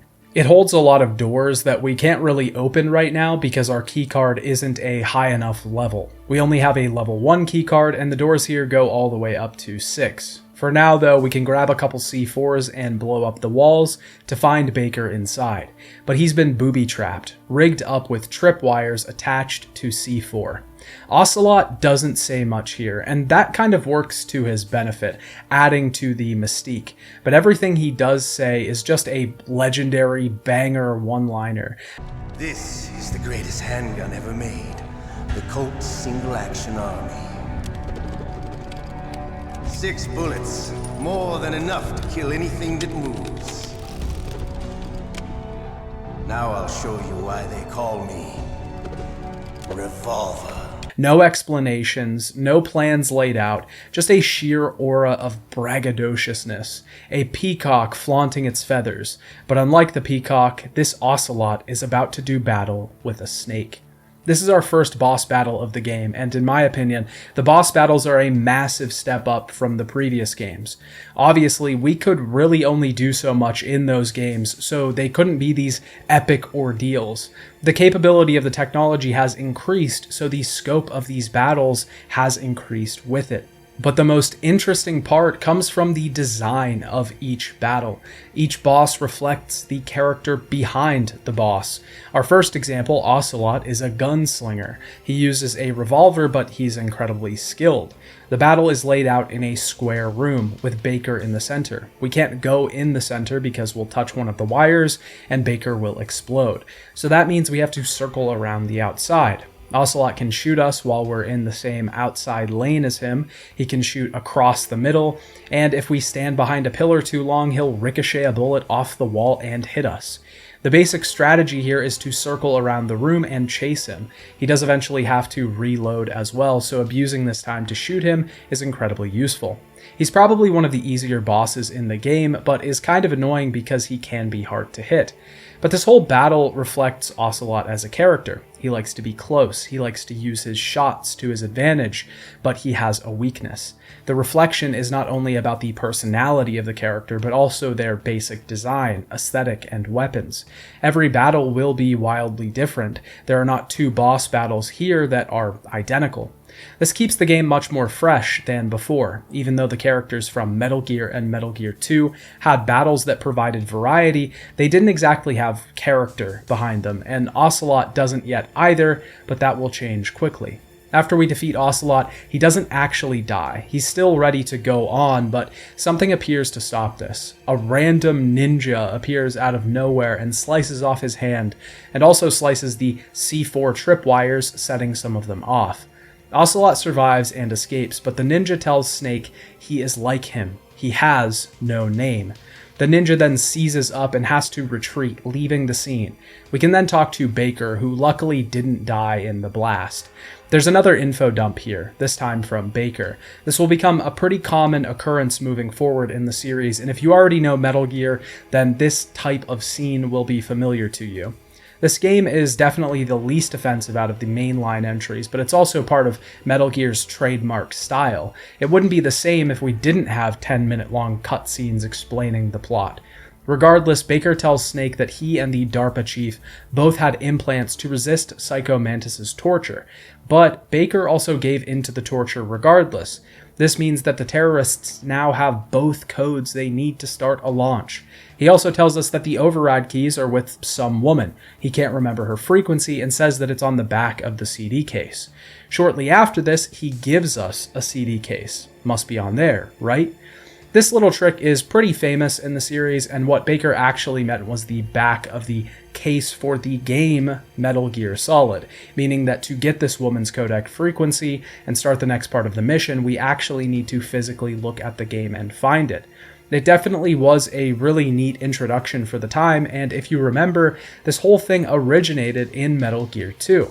The same little trick was used, it was just redone here. Again, I think it has the same effect as before. It pulls the player into the world, and it pulls the world into our reality both simultaneously. A sort of rubber band effect between worlds. A connection has been formed between us and the game. We now feel like a spy, like something from the strange world of Metal Gear. I mean, the place has shamans and mystics. It's not that strange to think that it could extend across realities, right? Regardless, Baker has more info. He tells us to seek out Hal Emmerich. He's the head engineer on the Metal Gear team. He's currently being held to the north in another building, the nuclear warhead storage facility. This discussion also turns a bit philosophical, with the two talking about nuclear war as a concept. Baker tells Snake that the threat of nuclear war is greater than it's ever been. Because countries have begun just leaving nuclear materials and plutonium around, a lot of it has gone unallocated. This has led to a massive black market. With this rise in materials, any small country can make their own nukes at this point. This led the West to the realization that they needed their own weapon as a deterrence. This is ultimately the reason for the resurgence of Metal Gear. It was a black project that was funded by the Pentagon's black budget, meaning everything was off the books and there was no red tape. Baker ends up revealing a couple ends that would go loose, though. He tells us that the ninja we met before is Foxhound's little secret, and that there is new tech in the Metal Gear, but before he can elaborate, he dies the same way that the DARPA chief did. He tries to tell Snake that he's being used, but suffers a heart attack. Campbell doesn't have any more information on this. Why would these two men, who are seemingly in the know, make references to the government knowing more than they let on? Maybe they do. Also, who is the mysterious ninja that helped us defeat Ocelot? What's the new tech in Metal Gear? There's only one place we're going to find answers, and that's by moving forward. Before we talk about heading to see Hal Emmerich, I'd like to talk about Metal Gear's tone. Playing Metal Gear Solid gives you a very specific feeling. It's one that I have quite a hard time putting into words. In past videos, I've tended to refer to this as soul, saying that the project itself has a soul almost as if it had life breathed into it by its creator, therefore becoming a sort of child of the ones that created it. This is true for Metal Gear Solid. It certainly feels like a labor of love from all sides.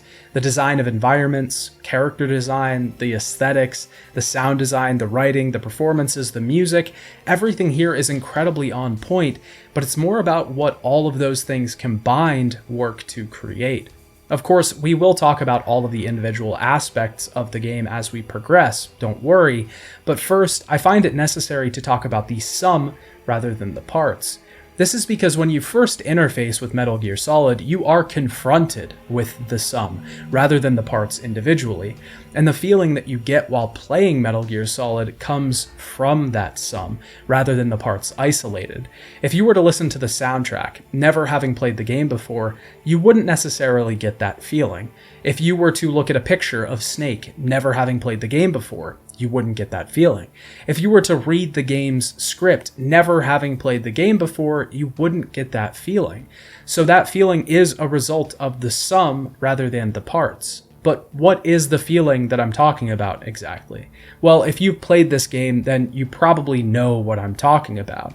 It's the feeling of sitting on the couch with nothing to do, no responsibilities to take care of for the day, nothing to really handle, but a job has to be completed. It's the feeling of intense pressure, but also intense relief. It's the push and pull. In some ways, it feels like playing a video game as a child in front of a lit TV screen, sitting cross-legged on the floor. The room is dark, the speakers are turned down just a bit because it's a school night and you shouldn't be doing this. You're worried about school because you aren't doing very well, but it doesn't really matter right now because, well, you want to keep playing. But it's even more than that. Don't mistake the feeling I'm describing for nostalgia, because it isn't nostalgia. You could play Metal Gear Solid today for the first time ever, and you'd probably have the same feeling. I took a vacation last year. I rented a cabin in the woods for a week, and the Metal Gear Solid Master Collection had just come out. I decided to boot up the game and give it a try, and listen, I know the collection isn't the best, but just to further my point, the game still gave me that feeling. Across all these years, across all this time, across no time. If you've never had an experience with this series, you'll get that feeling. It feels like vacation and purpose wrapped into one. The reason I used an example of childhood was that the feeling does inherently have some innocence to it. It makes you feel innocent for playing it. This is primarily because the game allows you to sink into its world so easily. Even if just for a moment, the game fits like a glove, like one that was tailor-made for you, except it's tailor-made for everyone. It is willing to adapt for every person, to be able to give them that special feeling of playing Metal Gear Solid. But why does the world feel so easy? It's a combination of things. The sound design on MGS is incredible. Every single sound in this game is just excellent. From the more famous sounds like the alert, to the lesser talked about ones like the incredibly satisfying SOCOM shot.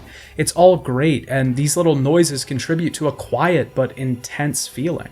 The soundtrack itself increases or decreases the intensity depending on the scene. The aesthetic of this sort of hidden black op military sci-fi world feels fresh but also familiar. Lots of grays, greens, blues, and whites, a seemingly drab color palette, but one that fits the world incredibly well and lets these standout ones shine when they present themselves.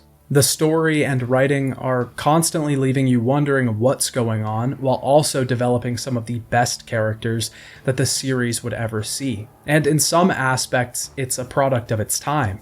It can almost be related to one of the early Silent Hill games because it feels like one of those things that was just a perfect concurrence of events. It's astounding. Of course, MGS's story has a lot more to be said about it, but before we can really dissect it, let's go meet Hal Emmerich. We now have a CD full of Metal Gear test data on it, and Baker has also given us a new keycard that will give us access to some more areas. In the armory, we can get the FAMAS now, a sort of assault rifle that will rapid fire. And back in the tank room, we can get the silencer, the mine detector, and a cardboard box, which are all incredibly useful. The silencer will quiet our shots so we can now take out guards from afar, something that is much less useful in MGS than it was in the first two Metal Gear games. The mine detector mostly functions the same as previous. It allows us to spot mines and crawl over them to pick them up, and the cardboard box allows us to disguise ourselves from enemies or cameras on the wall. Before we get out though, we have to call that woman who Baker said has the keycards. This turns out to be Meryl, Campbell's niece. She is on the island disguised as a soldier. This was the same woman who was captured back in the cells and who helped us escape. She already knows who Snake is and honestly looks up to him a bit. She views him as a hero. Snake has also gained a bit of a reputation between games in the soldier sphere. Many people comment on this, referring to him as the famous Solid Snake. Could you be Snake? Are you Solid Snake? That's what some people call me. The legendary Solid Snake? You? Meryl tells us more of what Baker basically already told us, that Arms Tech set this place up, and that they were here to witness a dummy warhead test. Foxhound was here to keep everything hushed, though. Snake thinks this sounds a bit fishy, but Meryl can help us move forward. She uses her keycard access to get us through a door so that we can get to the next building to find Hal. Before we leave, she begs Snake to join him on his mission. She has this dream of being a soldier, and always has. Since her uncle was a colonel, it makes sense she would be accustomed to hearing about these things. But she's grown to romanticize the battlefield. Ever since I was a little girl, I always dreamed about being a soldier. Every day of my life, I've trained my mind and body for the one day when I could finally see some real action, and now... So what now? You want to quit? Snake tells her that things aren't exactly as they seem, and he even says, Unfortunately, killing is one of those things that gets easier the more you do it. And this is true, even in Snake's case. Every boss that we defeat in the game increases the maximum of our health meter just a bit. Killing truly is easier each time that you do it. Snake also drops one of the hardest lines in the game here.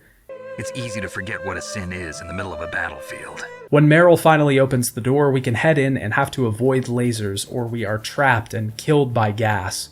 The lasers can either be avoided through the use of thermal goggles or through the use of our signature SIGs, which Snake smuggled into the base through his stomach. When we get outside, though, the place is littered with mines, and someone calling themselves Deep Throat radios in to tell us this. Another mystery fan. Deep Throat is obviously the name that the informant from the Watergate scandal used. Yeah. We then meet Raven, the giant and shaman, in the open battlefield. He is the second boss battle of the game. He seems to have a particular distaste for Snake. It's not quite the flaunting, bragging demeanor that Ocelot held, something a bit more sinister. His dialogue almost feels angry. Snakes don't belong in Alaska. I will not let you pass. He also follows up on the animism that is put forth before in his name and description. The battle here can be a bit of a pain before we really know what we're doing. We're a long way away from the tank that Raven has placed himself in. His cannons will absolutely destroy us on the way to close in, but we can use a chaff grenade to disrupt his tracking systems. Chaff grenades are kind of like a small EMP. They take visual systems out around us and really help with disabling cameras, especially the ones with turrets. Here it disables Raven's ability to shoot us with the cannon, but a genome soldier will still shoot us with a turret. The only way we can damage the tank is by throwing grenades inside of where the gunner sits. If we time it right, we can take the tank out really quickly, but we also have to be careful about getting shot and getting straight up run over by the tank. After we destroy the tank, Raven doesn't die, but we can grab another ID card from the soldier, once again allowing us to get into the next building. Raven calls Liquid Snake and suddenly talks highly of Solid Snake. The man has now proven himself in battle, and Raven is ready to take him down for real now, but that will have to wait. In the next building, the nanomachines that are in Snake have been programmed to not allow him to fire his guns. This is because there are nuclear warheads everywhere. They're not armed, so they won't explode, but they will leak plutonium, and that's not good. This forces us, as the player, to make more efforts to avoid enemies rather than engage with them, which is the original point of the mission anyways. When we head to the floor that Hal's lab is on, our secret admirer calls Snake once again to let him know about the electrified floor ahead and the gas in the room. We need the gas mask, which is inside, and the Nikita launcher, which allows us to remote control missiles. We have to destroy the electric box, which disables the floor and allows us to continue on. Here we find a hallway full of dead guards, spooky music, and an ambiance that would make a grown man shit his pants. Not me, though. One of the soldiers is still alive and claims that this was all done by a ghost. Stepping into the lab, we find Hal, the engineer being walked down by the ninja from before. He slaughtered those men in the hall. Hal wets his pants out of fear, but the ninja only asks to see his friend. Who are you? Neither enemy nor friend. I am back from a world where such words are meaningless. I've removed all obstacles. Now you and I will battle to the death. And our introduction to Hal is one of the wildest things ever. What's with these guys? It's like one of my Japanese animes. He eventually hides in the locker, and we have to fight this mysterious ninja who seems to know Snake. The fight itself is mostly comprised of hand-to-hand, which should be a massive hint at who exactly this character is. We have to run around this office and beat the ninja up with our punches. He will do a lot of really damaging attacks, and we must avoid them by just simply good character placement. We can use the walls quite a bit to our advantage. We'll have to use thermal goggles to locate him at a certain point, and eventually he goes sort of nuclear with some sort of cyborg ninja powers. Now, this whole fight is cool. This character is cool. Snake fighting him is cool. The idea of throwing the weapons aside and using only fists as a way to bring back honor to two warriors who have been in the fight for too long is just, well, cool. Good. Now we can fight like warriors. Hand to hand is the basis of all combat. There's a certain quality that Metal Gear has. Some people would refer to this as the rule of cool, doing the coolest thing no matter what, even if it doesn't make sense in the world. As long as it's cool, it works. But this isn't exactly that, because Metal Gear as a series isn't just cool.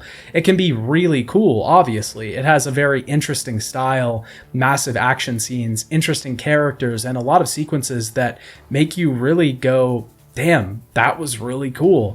But this is just one way that Metal Gear can be enjoyed, and I think its ability to be enjoyed both ways is what makes it really special. If you explained Metal Gear Solid to someone who had never experienced it or heard of it, they would just think it was an action series where people blow stuff up and have big battles. But obviously, Metal Gear gets a lot more emotional than that. As we'll see soon enough, characters go through pain in this world. They ponder the nature of their being, their basic existence in this place. The series always tries to say something about the world. It was incredibly important to Kojima to be able to convey his ideas to the players through the games that he made. When a player finishes a game I've made, I want my feeling to have reached them in one way or another. It's sort of like playing catch, but the ball is the themes I want the audience to receive. But at the same time, it was also important that the game be cool. In an interview with Kojima and Shinkawa, Kojima said that Cyborg Ninja was never originally planned for the game, and when Shinkawa was asked why he drew him, his answer was, because it's cool. Simple as that. These two things are the prime directives for the series. Put cool things in the game to make the game feel, look, and act cool, but also further the themes that we want players to take away at the same time.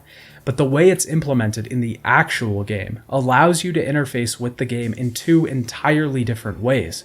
On one level, you can look at Metal Gear Solid as a really cool stealth action game, a game with sick characters that do awesome stuff. Snake is fighting all these bad guys and saving the world. Isn't that awesome? And it is awesome, and these guys are sick and cool and warriors and honorable.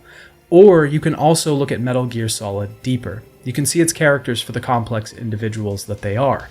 You can realize that the game is both a romanticization of war and a demonization of that very romantic look at the same time, both propaganda and an open letter of criticism. A product of its time as a message about nuclear destruction and a story about passing down the torch to the next generation. These two ways to enjoy the series are both seemingly independent, one inherently emotional and the other very reserved and casual. But one is not better than the other. They are both important. And there's a secret third option here, one that allows the player to drift back and forth between both of these states of enjoyment, engaging with the game in whichever way they please on any given day. This is kind of the core of what really makes Metal Gear Solid special, and it really explains why people's favorite Metal Gear game says a lot about them. Once we defeat the Cyborg Ninja, Snake realizes who he truly is. It's Gray Fox. Someone had recovered his body, has done experiments on him, and created some sort of shell where Gray Fox once was. Something in Fox's system betrays him, and he's forced to escape once again. It seems that the man has come here to try and die by Snake's hand, to have a final glorious battle so that he can die in peace. Gray Fox is probably one of my favorite characters in the series, and his work in this entry isn't exactly done yet, but specifically here, I really enjoy him. He's this complete third party. He isn't working with Foxhound, if that wasn't clear yet. He's come here because he has unfinished business with Snake. He has a dying wish. He has almost nothing to do with the current conflict going on. He's a Gray existing in a battlefield of lights and darks. But for now, we need to deal with Hal. After the battle, the engineer will make his way out of the locker. He has a lot of information about Metal Gear for us, but at the same time, he doesn't know everything. He truly wasn't aware that Rex was going to be used for nuclear purposes. The weapon itself is equipped with a railgun, Vulcan cannon, and a laser. Hal then laments the fact that he was used as a pawn in this whole scheme. The Emmerich men have all been involved in nuclear war to some extent, with his grandfather a part of the Manhattan Project, and his father being born on the day the Hiroshima bomb was dropped. 3 generations of Emmerich men. We must have the curse of nuclear weapons written into our DNA. He tells Snake that Rex is located in an underground base north of the comms tower. We have to hurry because the launch should begin soon, and we might have to destroy Metal Gear if it can't be stopped. Hal also says some absolutely insane shit in this conversation. He goes on a rant about how Japanese anime and mechs inspired him to get into science. Call me Otacon. Otacon? It stands for Otaku Convention. And otaku's a guy like me who likes Japanimation. I didn't get into science to make nuclear weapons, you know. That's what all scientists say. I became a scientist because I wanted to make robots like the ones in the Japanese animes. At the end of this conversation, he vows to help us from the sidelines. He's taken a stealth camouflage prototype from the lab and uses it to hide. We now have to find Meryl, who is still posing as a soldier. She's upstairs and we can follow her into the bathroom as she's the only soldier that runs away when alerted. We find out just how big of a fan of Snake she really is. She has a foxhound tattoo and used to idolize the group before all the gene therapy stuff was involved, back in the good old days. Meryl really wanted to be a soldier to better understand her father, who died in combat. It's all a part of this touching monologue where Meryl admits that she often can't look herself in the face. It's this honest conversation where she decides to make a change, to see herself for who she truly is, to take inventory of oneself. After this, Meryl and Snake have to head through the commander's office nearby to try and make their way north. She also gives us one of the key cards for dismantling the nuclear launch, but we still need the other 2. Here, Meryl begins to act strange, and it seems like she's under some sort of control. She even tries to kill Snake, but this is the doing of Psycho Mantis. This is where we begin the Psycho Mantis boss fight. We first have to disable Meryl without killing her by using CQC. Psycho Mantis is probably one of the most well-known bosses in the entire franchise. Everyone who has heard about Metal Gear has heard about this boss fight. He's incredibly popular as a character, and he's probably the single most mentioned member of Foxhound in the game thus far. We were introduced to him like everyone else, but his psychic powers have been hinted at by Anderson, Baker, even Naomi.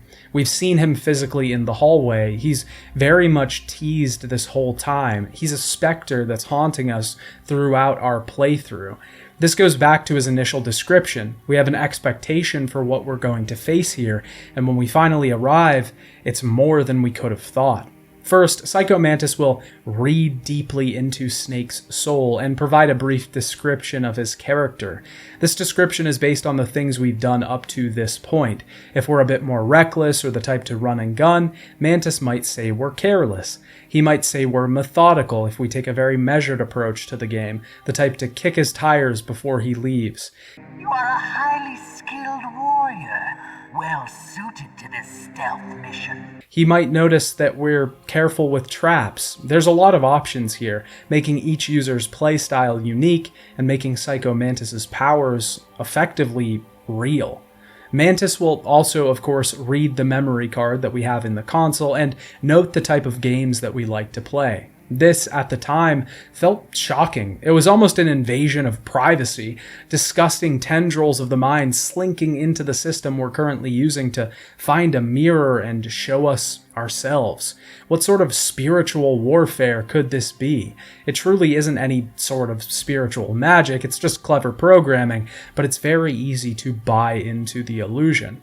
Mantis finally then shows off his powers of psychokinesis. He tells the player to put their controller down. He then moves the controller with his mind, which is really just the vibration of the controller working to shake the thing around on the floor. But honestly, this still works really well. Not physically, I mean the original intent. Obviously, if it was 1998 and you were a kid, your jaw would be on the floor because of what was happening. It would feel like a magic show. The illusion would be fully sold. You don't see the wires, you don't see the trap door, and frankly, you don't want to, because maybe that would ruin the illusion, but you don't really care at the end of the day.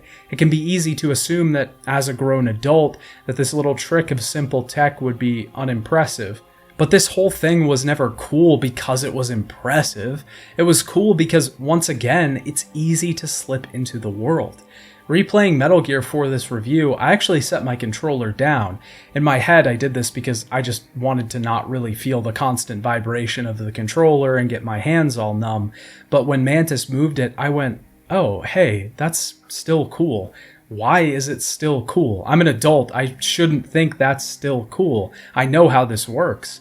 But it doesn't matter because it is.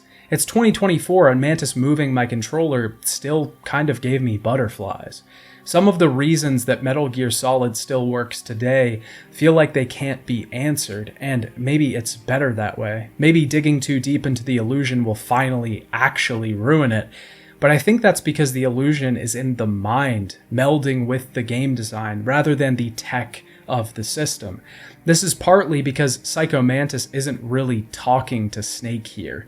He's talking directly to the player. He can see past this whole system.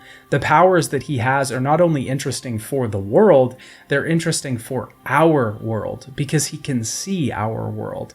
This is furthered by the fact that the player must switch the controller to the second port so that Mantis can't read our minds, and how Mantis fake shuts off the console, revealing a screen that says Hideo, where a normal TV screen for the time would say video, a trick that definitely doesn't work today because I think a lot of kids wouldn't even understand this.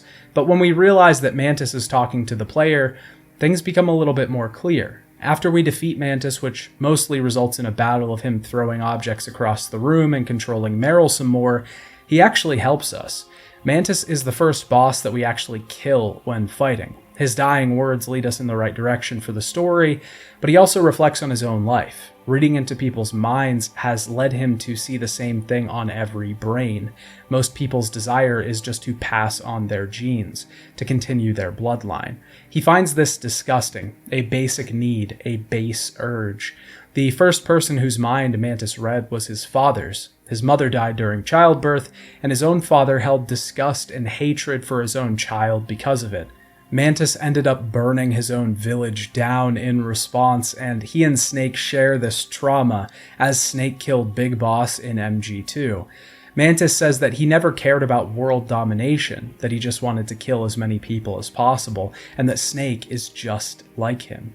Now, this doesn't exactly seem true because that's not Snake's goal. He even thinks that he's not as bad as Snake. Snake is just like Liquid, true evil.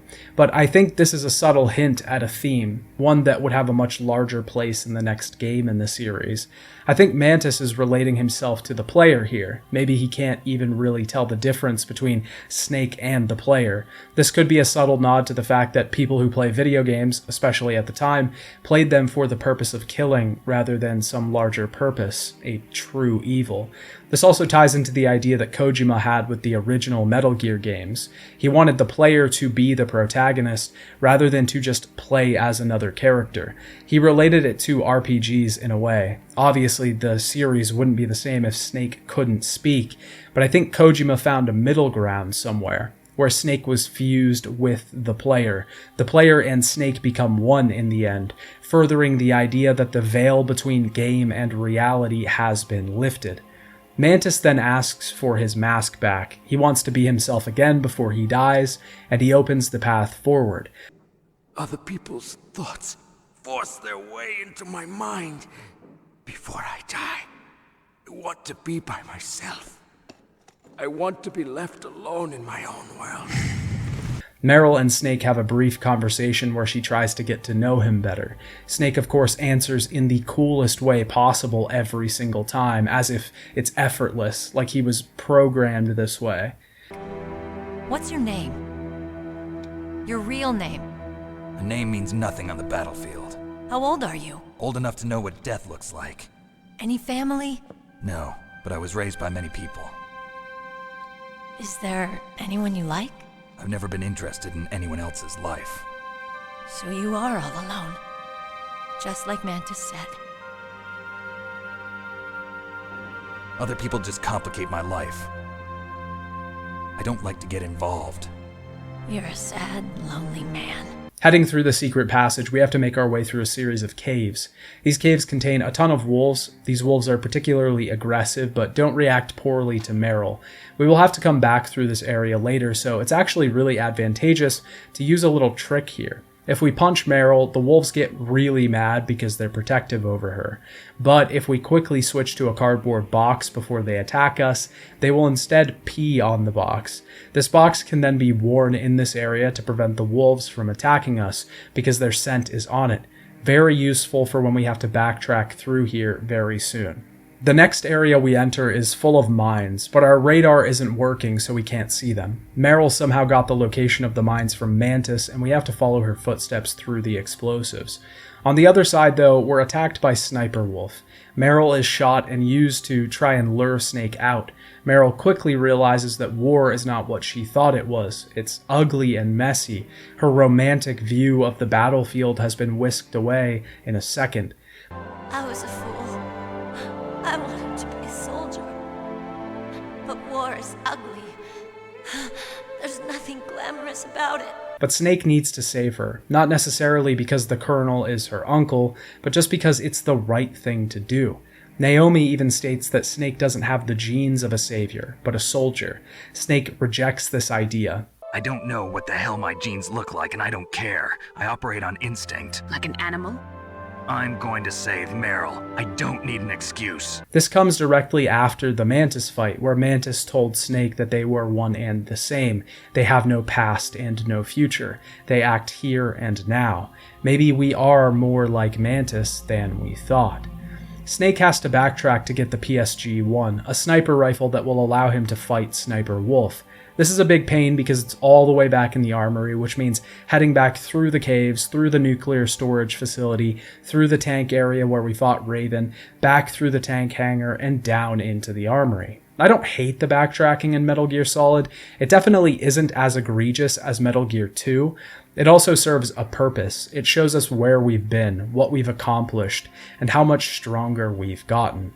A lot of progress in MGS doesn't actually come from the things we get. I mean, obviously getting more health does make the game easier, and having body armor or better weapons makes getting into gunfights a simpler experience, but a lot of it has to do with just generally figuring out how the game works. This is a natural progression rather than one that is forced upon the player through the use of items. Figuring out how cameras work, how to disable them, how to maneuver around enemies, exactly where the boundaries of their sights are, all of this contributes to getting better at the game. And that is shown by heading back through the areas that we've already entered, not to mention the fact that some of the areas have upgraded security, like new turret cameras that shoot at us if we're spotted. Once we get the sniper and hopefully some diazepam, we can start the Sniper Wolf fight, but Meryl's body has been moved. She's been taken away. To defeat Sniper Wolf, we have to use the PSG-1, which is a task in and of itself. Taking some diazepam and anxiety medication will stabilize our aiming a bit to make things a lot easier, but we have to shoot Wolf before she shoots us. She moves around a lot and hides behind pillars, but we can see her breath in the cold. Eventually, we take her down and head forward, where Snake gets captured and taken in by the terrorists. Wolf has now marked Snake, which means she won't be satisfied until she kills him. She's got a grudge. Snake wakes up in a torture room, and we hear a lot of the conversation between Liquid, Ocelot, and Wolf. Liquid doesn't want Snake dead, not just yet. He blames Snake for stealing his birthright and calls him his brother. They still need a sample of Snake's DNA to correct the mutations in their genome soldiers. Combining this with Big Boss's DNA will allow them to hopefully fix the problems with their soldiers. Liquid plans to launch the nuke in 10 hours, but he thinks the Western government must have something up their sleeve because they haven't given in to the terrorists' demands yet. He then heads off, along with Wolf, who is going to feed her dogs. Ocelot reveals something interesting, that Campbell knows a lot more about Metal Gear than he's letting on. We then go through a torture sequence. Here we must press a button repeatedly to try and endure the torture that Ocelot puts us through. Whether we do this successfully or not actually determines which ending we get, but we'll talk about that in a bit. Snake is then sent back to his cell. Snake calls Campbell and confronts him about what he knows. Apparently, the government doesn't plan to give Foxhound the remains of Big Boss because it would be a massive scandal. They want to keep this whole thing hush because America and Russia are about to sign the START 3 Accord, which was a real thing developed to reduce the nuclear arms of both nations. Turns out the whole thing is about public opinion, which Snake is definitely not happy with. Snake doesn't have much to do in his cell, so he makes some conversation with Naomi, who says that she never really had any family. This is why she started researching genes and DNA, because she wanted to find out who she was. She also claims that DNA can determine a person's fate. Their genes will determine where they go. After some more torture, Snake calls Otacon to help him escape. Otacon does show up with some items for us, namely some ketchup we can use to stage our own death, but he gets really whiny when we ask him to assist us because he doesn't think he can do much. This is in Otacon's character. He's a cowardly engineer, and being scarred by what he's created, making something that could be responsible for the deaths of millions without even knowing it, he wants nothing to do with any more killing. Otacon also gives us Sniper Wolf's handkerchief. Apparently the two have sort of a fling going on. Otacon was taking care of the wolves in the caves, and Foxhound almost killed them when they took over, but Wolf stopped them. He begs Snake to grant her mercy when he crosses her path again, but Snake does not agree with this. When we get out of the cell, we can get our stuff back. Unfortunately, the CD has been taken, but we still have the keycard that we need to disable the launch. Only one, though. The other two are still missing. The terrorists have also planted a bomb on our stuff, so we have to make sure to throw it before it blows, another holdover from MG2. We're now all the way back in Building 1 and can get some extra stuff in the armory and some other areas, but we have to head all the way back to where we got captured. Here, Snake has a flashback to Merrill getting shot. His team has to lift him up, telling him not to doubt himself or blame himself for what happened. Campbell then notes something about Naomi's grandfather, and Snake points out that she said she didn't have any family. She gets oddly cagey here, and the call ends. We then head up one of the communications towers. We have to make it all the way to the top, defeating guards the entire way up. This is clearly, again, another holdover from MG2, which had a very similar sequence before we had to bait the carrier pigeon. This time, though, we get to the roof and try to cross to the other communications tower when Liquid arrives in the Hind D. He destroys the bridge, crossing the two roofs, and rains a hail of gunfire from above, causing us to have to rappel down the building. This is just such a cool sequence, having to avoid the gunfire and the steam from the broken pipes, but it also perfectly represents the two sides here. Snake is rappelling down the building in a very controlled but quick manner, while Liquid is wildly firing shots off, trying to hit anything that he can. It's a very classic example of an order versus chaos type of dynamic. When we finally get away from Liquid, we can head to the other side and have to get the elevator working. Otacon is here and helps us out, but asks Snake a question, clearly in reference to Sniper Wolf, the woman he's become enamored with. I want to ask you, do you think love can bloom, even on a battlefield? Yeah, I do. I think at any time, any place, people can fall in love with each other. He then agrees to work on the elevator, but Snake has to go swat a noisy fly, calling back to what Liquid said in the beginning of the game. We then have to fight Liquid in his Hind D. It's not a particularly difficult battle, and as you can probably guess, we don't take down the leader of Foxhound here. We have to use the Stinger missile launcher to shoot at him. It's pretty easy to lock on, and we just stay behind cover. The helicopter itself will try to sneak around the building, hiding out of our field of vision, but it peeps out to attack every once in a while, and that's when we shoot. Snake delivers a beautiful, cheesy action movie one-liner after defeating the Hind D. See you in hell, Liquid. That takes care of the cremation. Once the elevator gets working, we are attacked by 4 camouflaged men. They apparently stole the same type of suits that Otacon is using to hide around the base. This again calls back to MG2, where Snake was attacked by the 4 assassins in the elevator. Remember when I said the game is kind of sort of a remake? Yeah. There's a ton of stuff that carries over. It's not really a remake, just sort of a redo of the same little tricks and ideas. And it's worth noting that I think every single one of the ideas is probably better implemented here rather than on the MSX titles. Not that they aren't good there, but they definitely fit with the overall aesthetic and story much better in this medium. When we get outside, we are immediately shot by Sniper Wolf.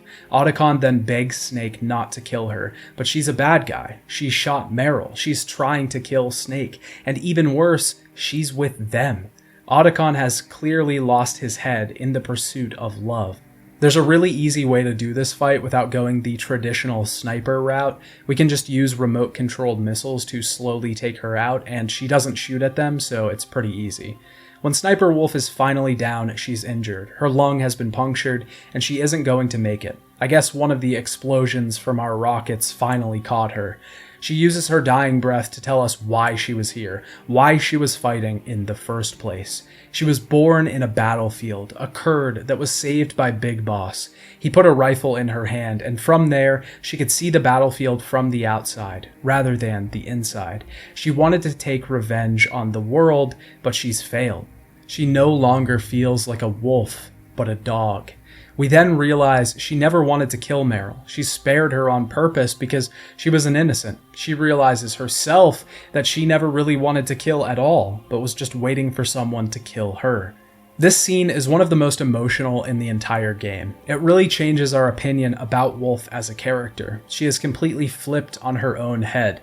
She's not like these other people. She never wanted any of this, and this is kind of a constant with every character that we've met so far. Even Mantis wasn't here for the same reason as Liquid. He was consumed by his power and by hatred and a lust for killing. Wolf was looking to survive, looking for some sort of purpose. These people were manipulated, products of their environments. They were used, just like Big Boss had planned in Zanzibar. Snake returns Wolf's handkerchief. He doesn't have any more tears to cry, but Otacon does. He wasn't made for this. He wasn't built or bred for this environment. He has a breakdown, wondering why they even do all of this. Snake! What was she fighting for? What am I fighting for? What are you fighting for? If we make it through this, I'll tell you.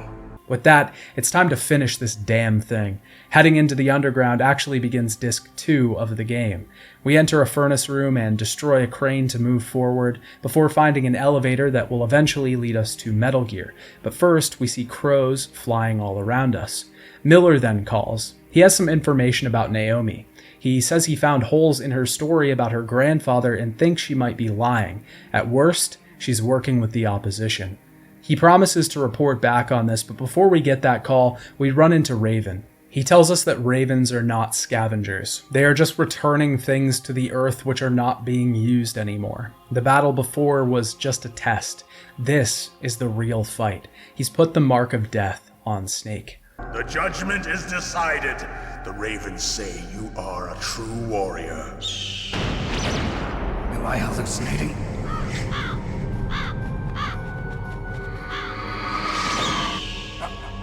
I can't move. The raven has put the mark of death upon you.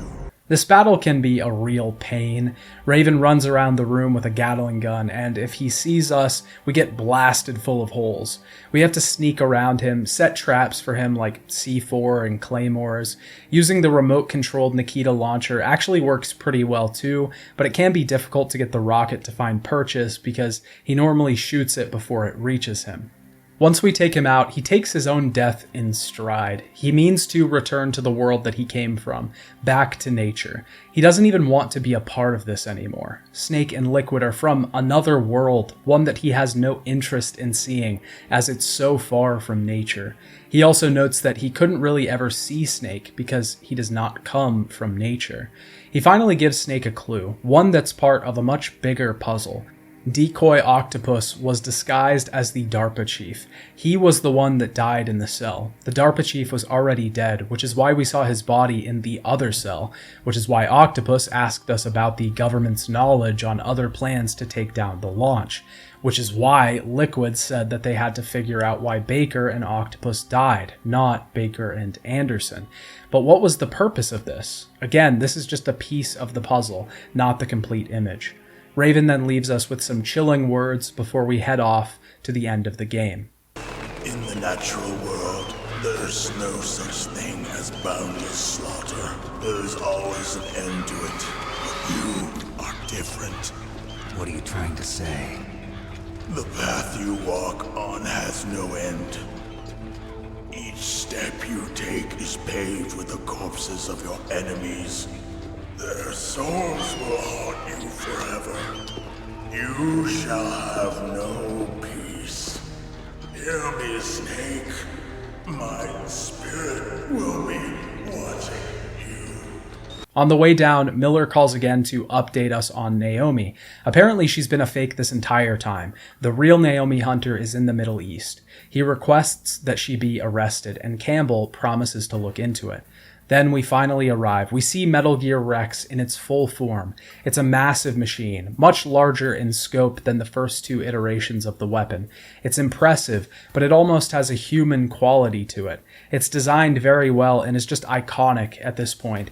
We can climb upstairs, and all the while Otacon checks in. He's trying to get access to Baker's files to try and figure out how to get the other two key cards, and how the system works overall.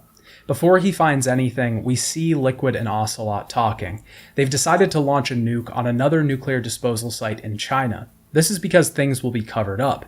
The governments won't want word of their nuclear disposal techniques getting out into the public. The US will then be forced to disclose their weapons programs to the other countries. They can then use the money and Big Boss's remains from their demands to cure their soldiers. Their morale has been low since Mantis died. His psychoactive powers were keeping them in line. They also mention Fox Die here a couple times as the reason for Baker and Octopus's deaths. Otacon then finally figures out the secret to the key. Apparently the key we already have is all three keys in one. It's shape memory alloy, so it can be changed into the other keys by warming and heating it. Otacon then shoots the key out of Snake's hand, and we have to run downstairs to grab it. There's a neat little trick here where it can actually get eaten by a rat, and we have to hunt the rat down. Regardless, when we get the key, we have to use it, but using it once isn't enough. The whole 3 key thing, remember? We have to first use cold to freeze the key and change its shape. I promise this is the last time that I'll say this in this video, but Metal Gear 2 did it first. Okay, I'm done, I swear. This means we head back to the place where we killed Raven. We have to return quickly though and ensure that we don't have the key equipped because our body heat will warm it. If we're not quick enough, the key gets too warm and goes back to its original shape. Once this is done, we have to do it one more time, head all the way back to the furnace room, warm the key, keep it equipped this time so our body heat keeps it hot, and use it one final time. Now, I would say that this is way too much backtracking, but I think the game does a really good job at using codec calls and story to break this whole section up. During the many elevator rides we have to take, Miller calls us and tells us about Fox Die. Apparently it's some type of virus, an assassination weapon. This was probably what killed Baker and Octopus. It's possible that the nanomachines that Naomi injected Snake with before the mission even began also had Fox Die in it. Snake could also be infected. Later, we talk to Naomi herself, who, even after being arrested, has managed to make a codec call. She tells us that her brother was Frank Yeager, Gray Fox. He wasn't her real brother. They met in Mozambique. Big Boss found both of them, orphans of war, and took them in. Gray Fox went to help Big Boss and obviously died fighting Snake. She then vowed to get back at him and Foxhound. She confirms that Snake was infected with Fox Die before the operation began. She tries to tell him something else, but is taken off comms. These codec calls work to break up the section with bits of story, the things that are going on in the background. Of course, those things have real and static effects on what's happening here on Shadow Moses Island, but they aren't happening here. They're happening while Miller is looking into information, while Naomi is arrested, while Campbell is doing whatever the fuck he does.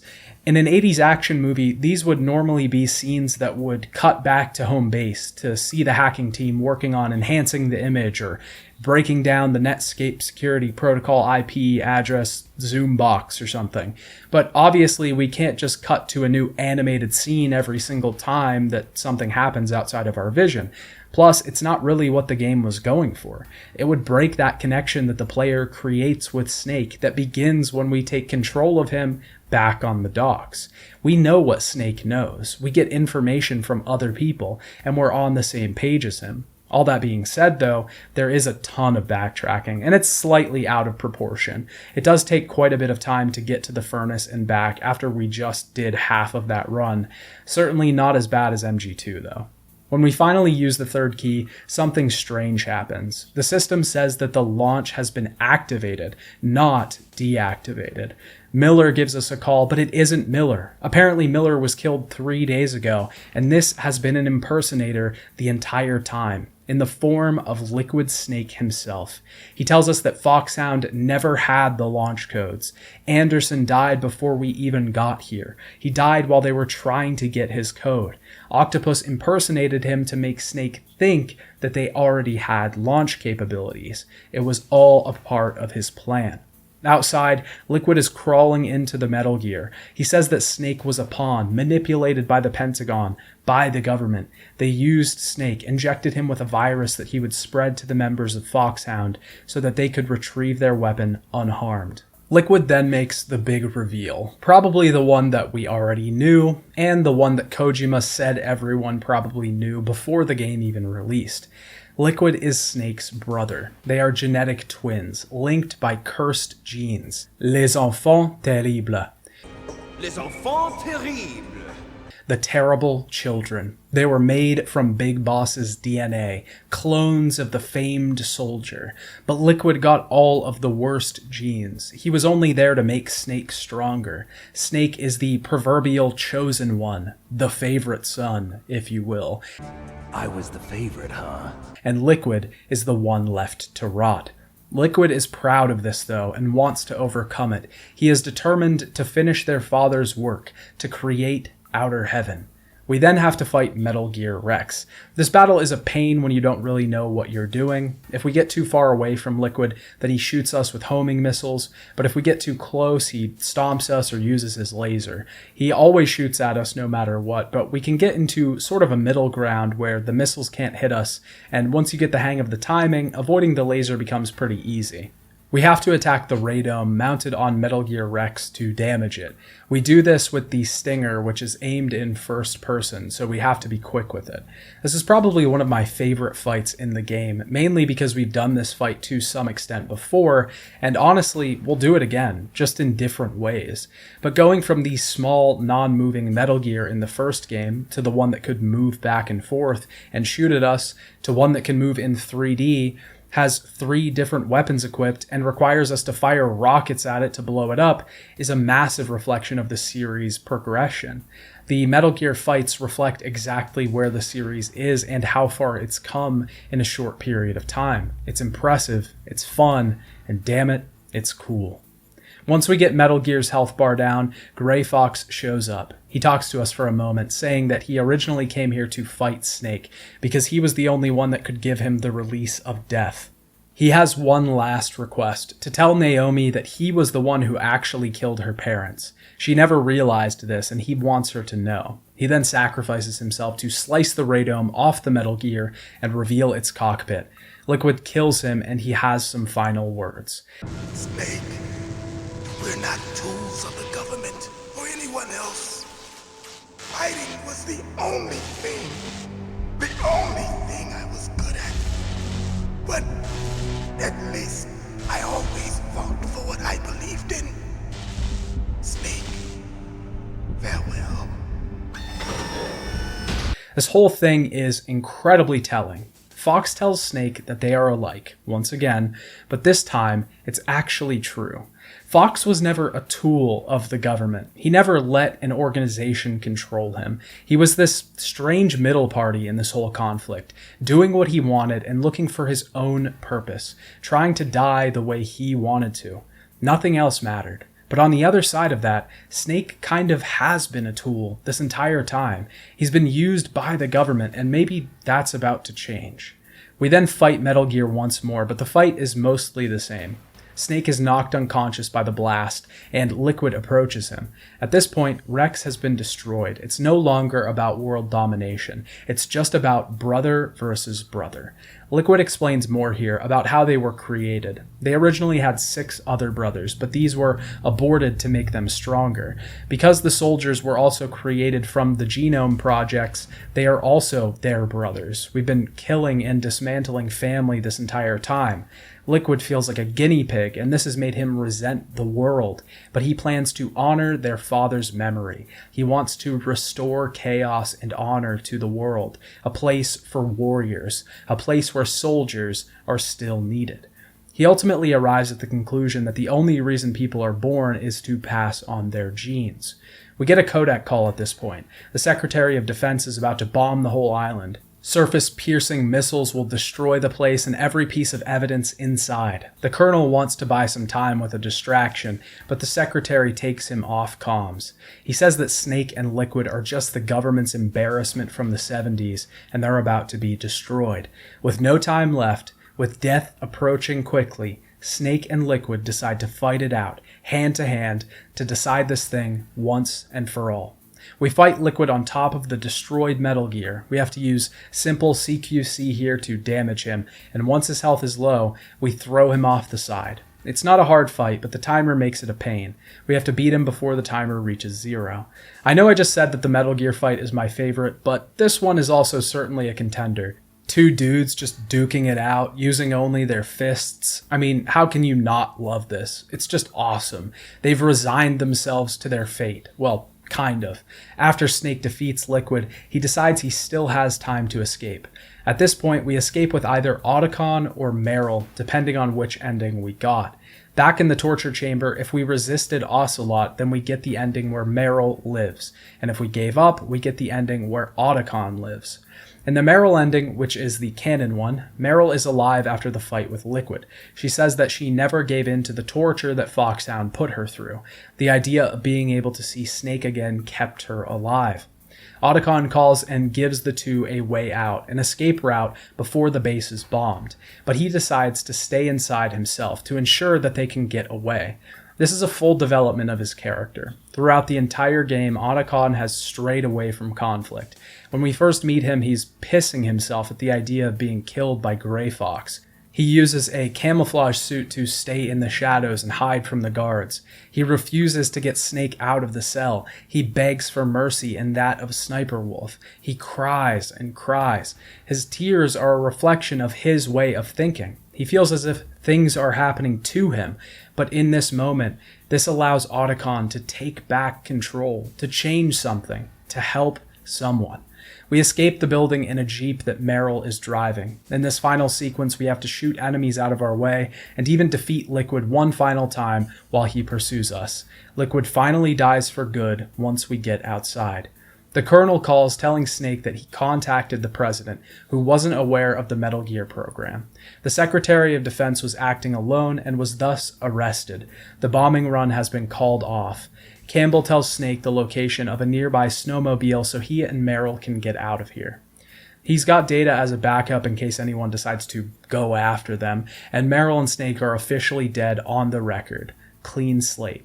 Naomi then calls Snake to talk about Foxdie. Snake is obviously curious about whether he's going to, die or not. Naomi says that it doesn't matter. Everyone dies when their time is up.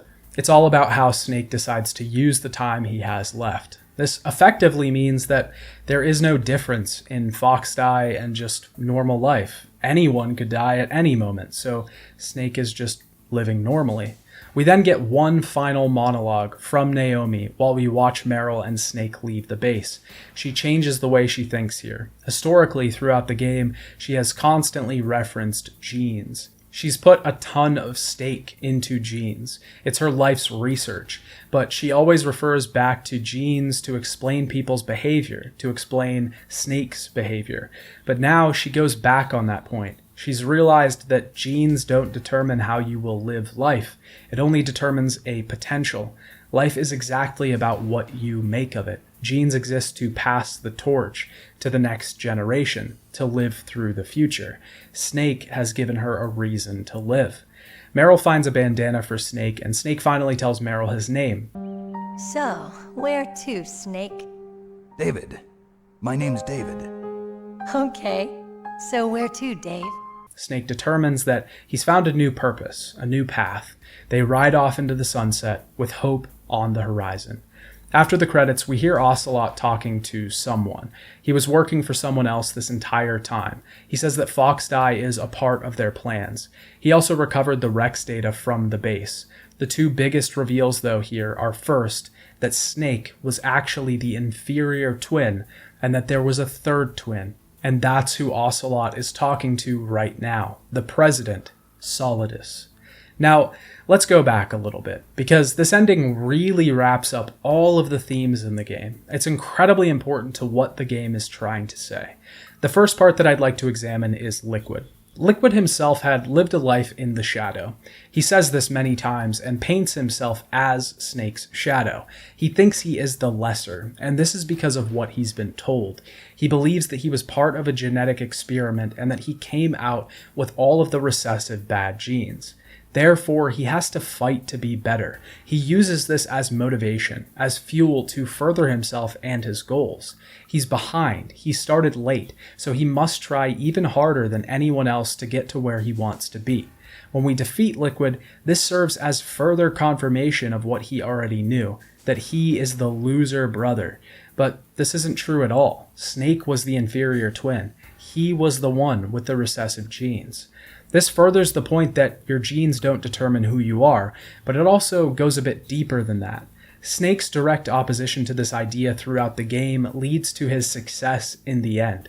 He puts no weight in this. He decides it doesn't even matter, at one point saying to hell with genes. I don't know what the hell my genes look like, and I don't care. I operate on instinct. Like an animal? I'm going to save Meryl. I don't need an excuse. Liquid put all of his weight into this idea. He uses it as a way to curse the world. He uses it as a way to explain away his failings and to prop up his successes, effectively saying, look at what I have done, despite the world being totally against me. But the irony in this is that this focus on fate, destiny, predetermination is what led to his downfall in the first place. But this game doesn't only represent genes as a literal form of determination. It's not just saying that your family or your birth doesn't make you what you are. It's also saying that the people around you don't make you what you are.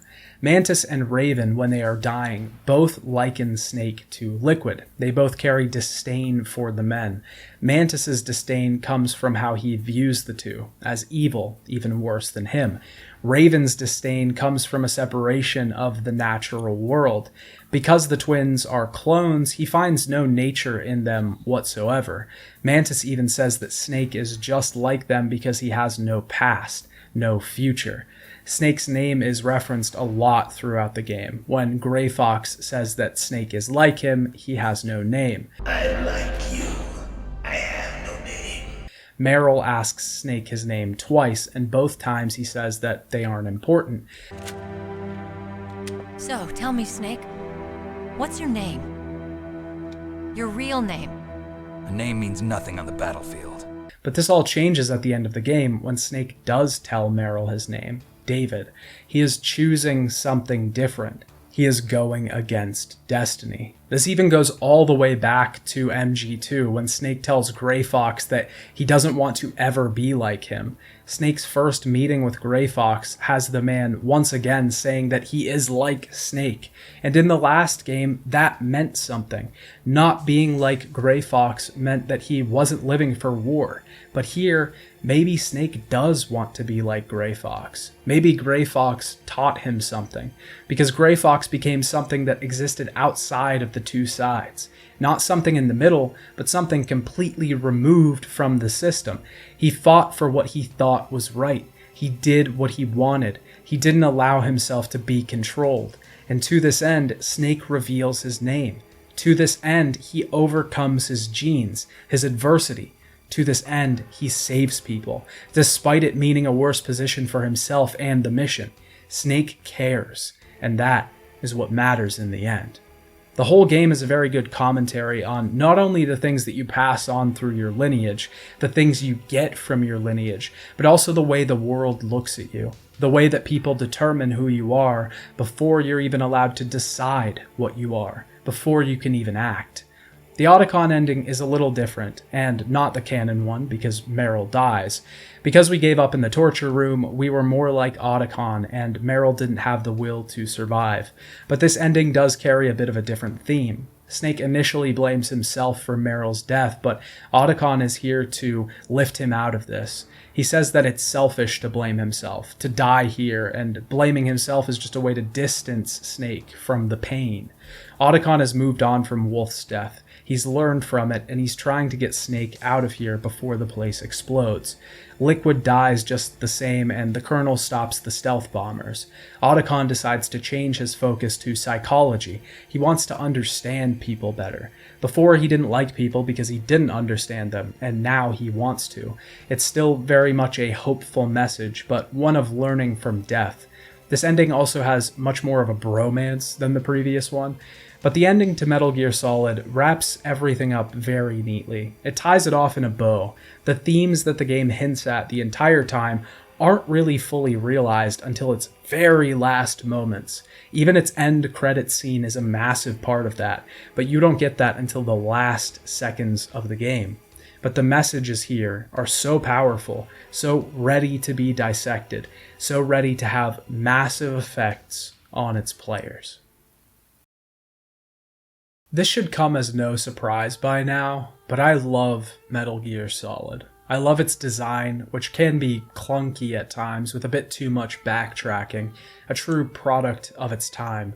I love its odd controls and strange aiming. I love its weird and heartfelt story, one that comes from a genuine place in the heart of its creators. I love its music that adds intensity and feeling to the overall experience. I love its performances, its boss battles, its designs, almost everything about it. Sure, I could point out a few flaws related to the time in which it was released, places where it doesn't age the best, but all of that is outweighed by how this game has aged in the history of video games overall. The fitting word here is probably legacy. Metal Gear Solid has a legacy that has outlived itself. This game was not just on the PlayStation 1, it has lived on far longer than that in the minds of its own fans. This is a game that affected people, that stuck with them. This isn't a game you just forget. This is a game that begs to be replayed. It yearns for your attention. It sits in the back of your mind for ages, waiting for you to return to its metal halls, to knock on its walls once again and distract someone, or sneak in the cardboard box, or defeat Liquid. It's just special, man. And a large part of that, which we didn't really touch on until now, is how much you can feel the team in this game. It genuinely feels like a labor of love, like something that painstaking time was spent creating. Shinkawa was working for hours creating a clay model for Metal Gear Rex, one that was almost destroyed by accident. The game took years of production. Kojima was returning to a series and he had to get it right. Every person that worked on this game gave it their full effort, and you can tell. And as a result, the game turns out genuine. When we objectively look at some of the dialogue or plot points or scenes in the game, sure, is it a bit corny? Yeah, but it doesn't really feel corny when you're playing it, because it's genuine. These words, corny or hokey, really only apply when the intent isn't real, when it's forced, attempting to create some sort of media that isn't honest. But this is honest, and you can feel that when you play the game. A game with honesty, a game with purpose, a game with fun. Metal Gear Solid is a gem, and will forever be one, representing a very specific era in the history of games. The game was a commercial and critical success upon release. 12 million demos were shipped for the game, probably contributing to its sales in the end. It was the most rented game in the United States, topped sales charts in Japan and the West. It sold 1 million copies in 1998 alone. Reviews were fantastic for the game, some outlets even giving it a perfect score, and most giving it pretty close to a 10 out of 10. It won awards, critics loved it, fans couldn't stop playing it. It was a massive hit for the team and for Konami. But as you probably already know, this would not be the end for the series. It was actually just the beginning. But we'll talk about that next time. Bye, Dad.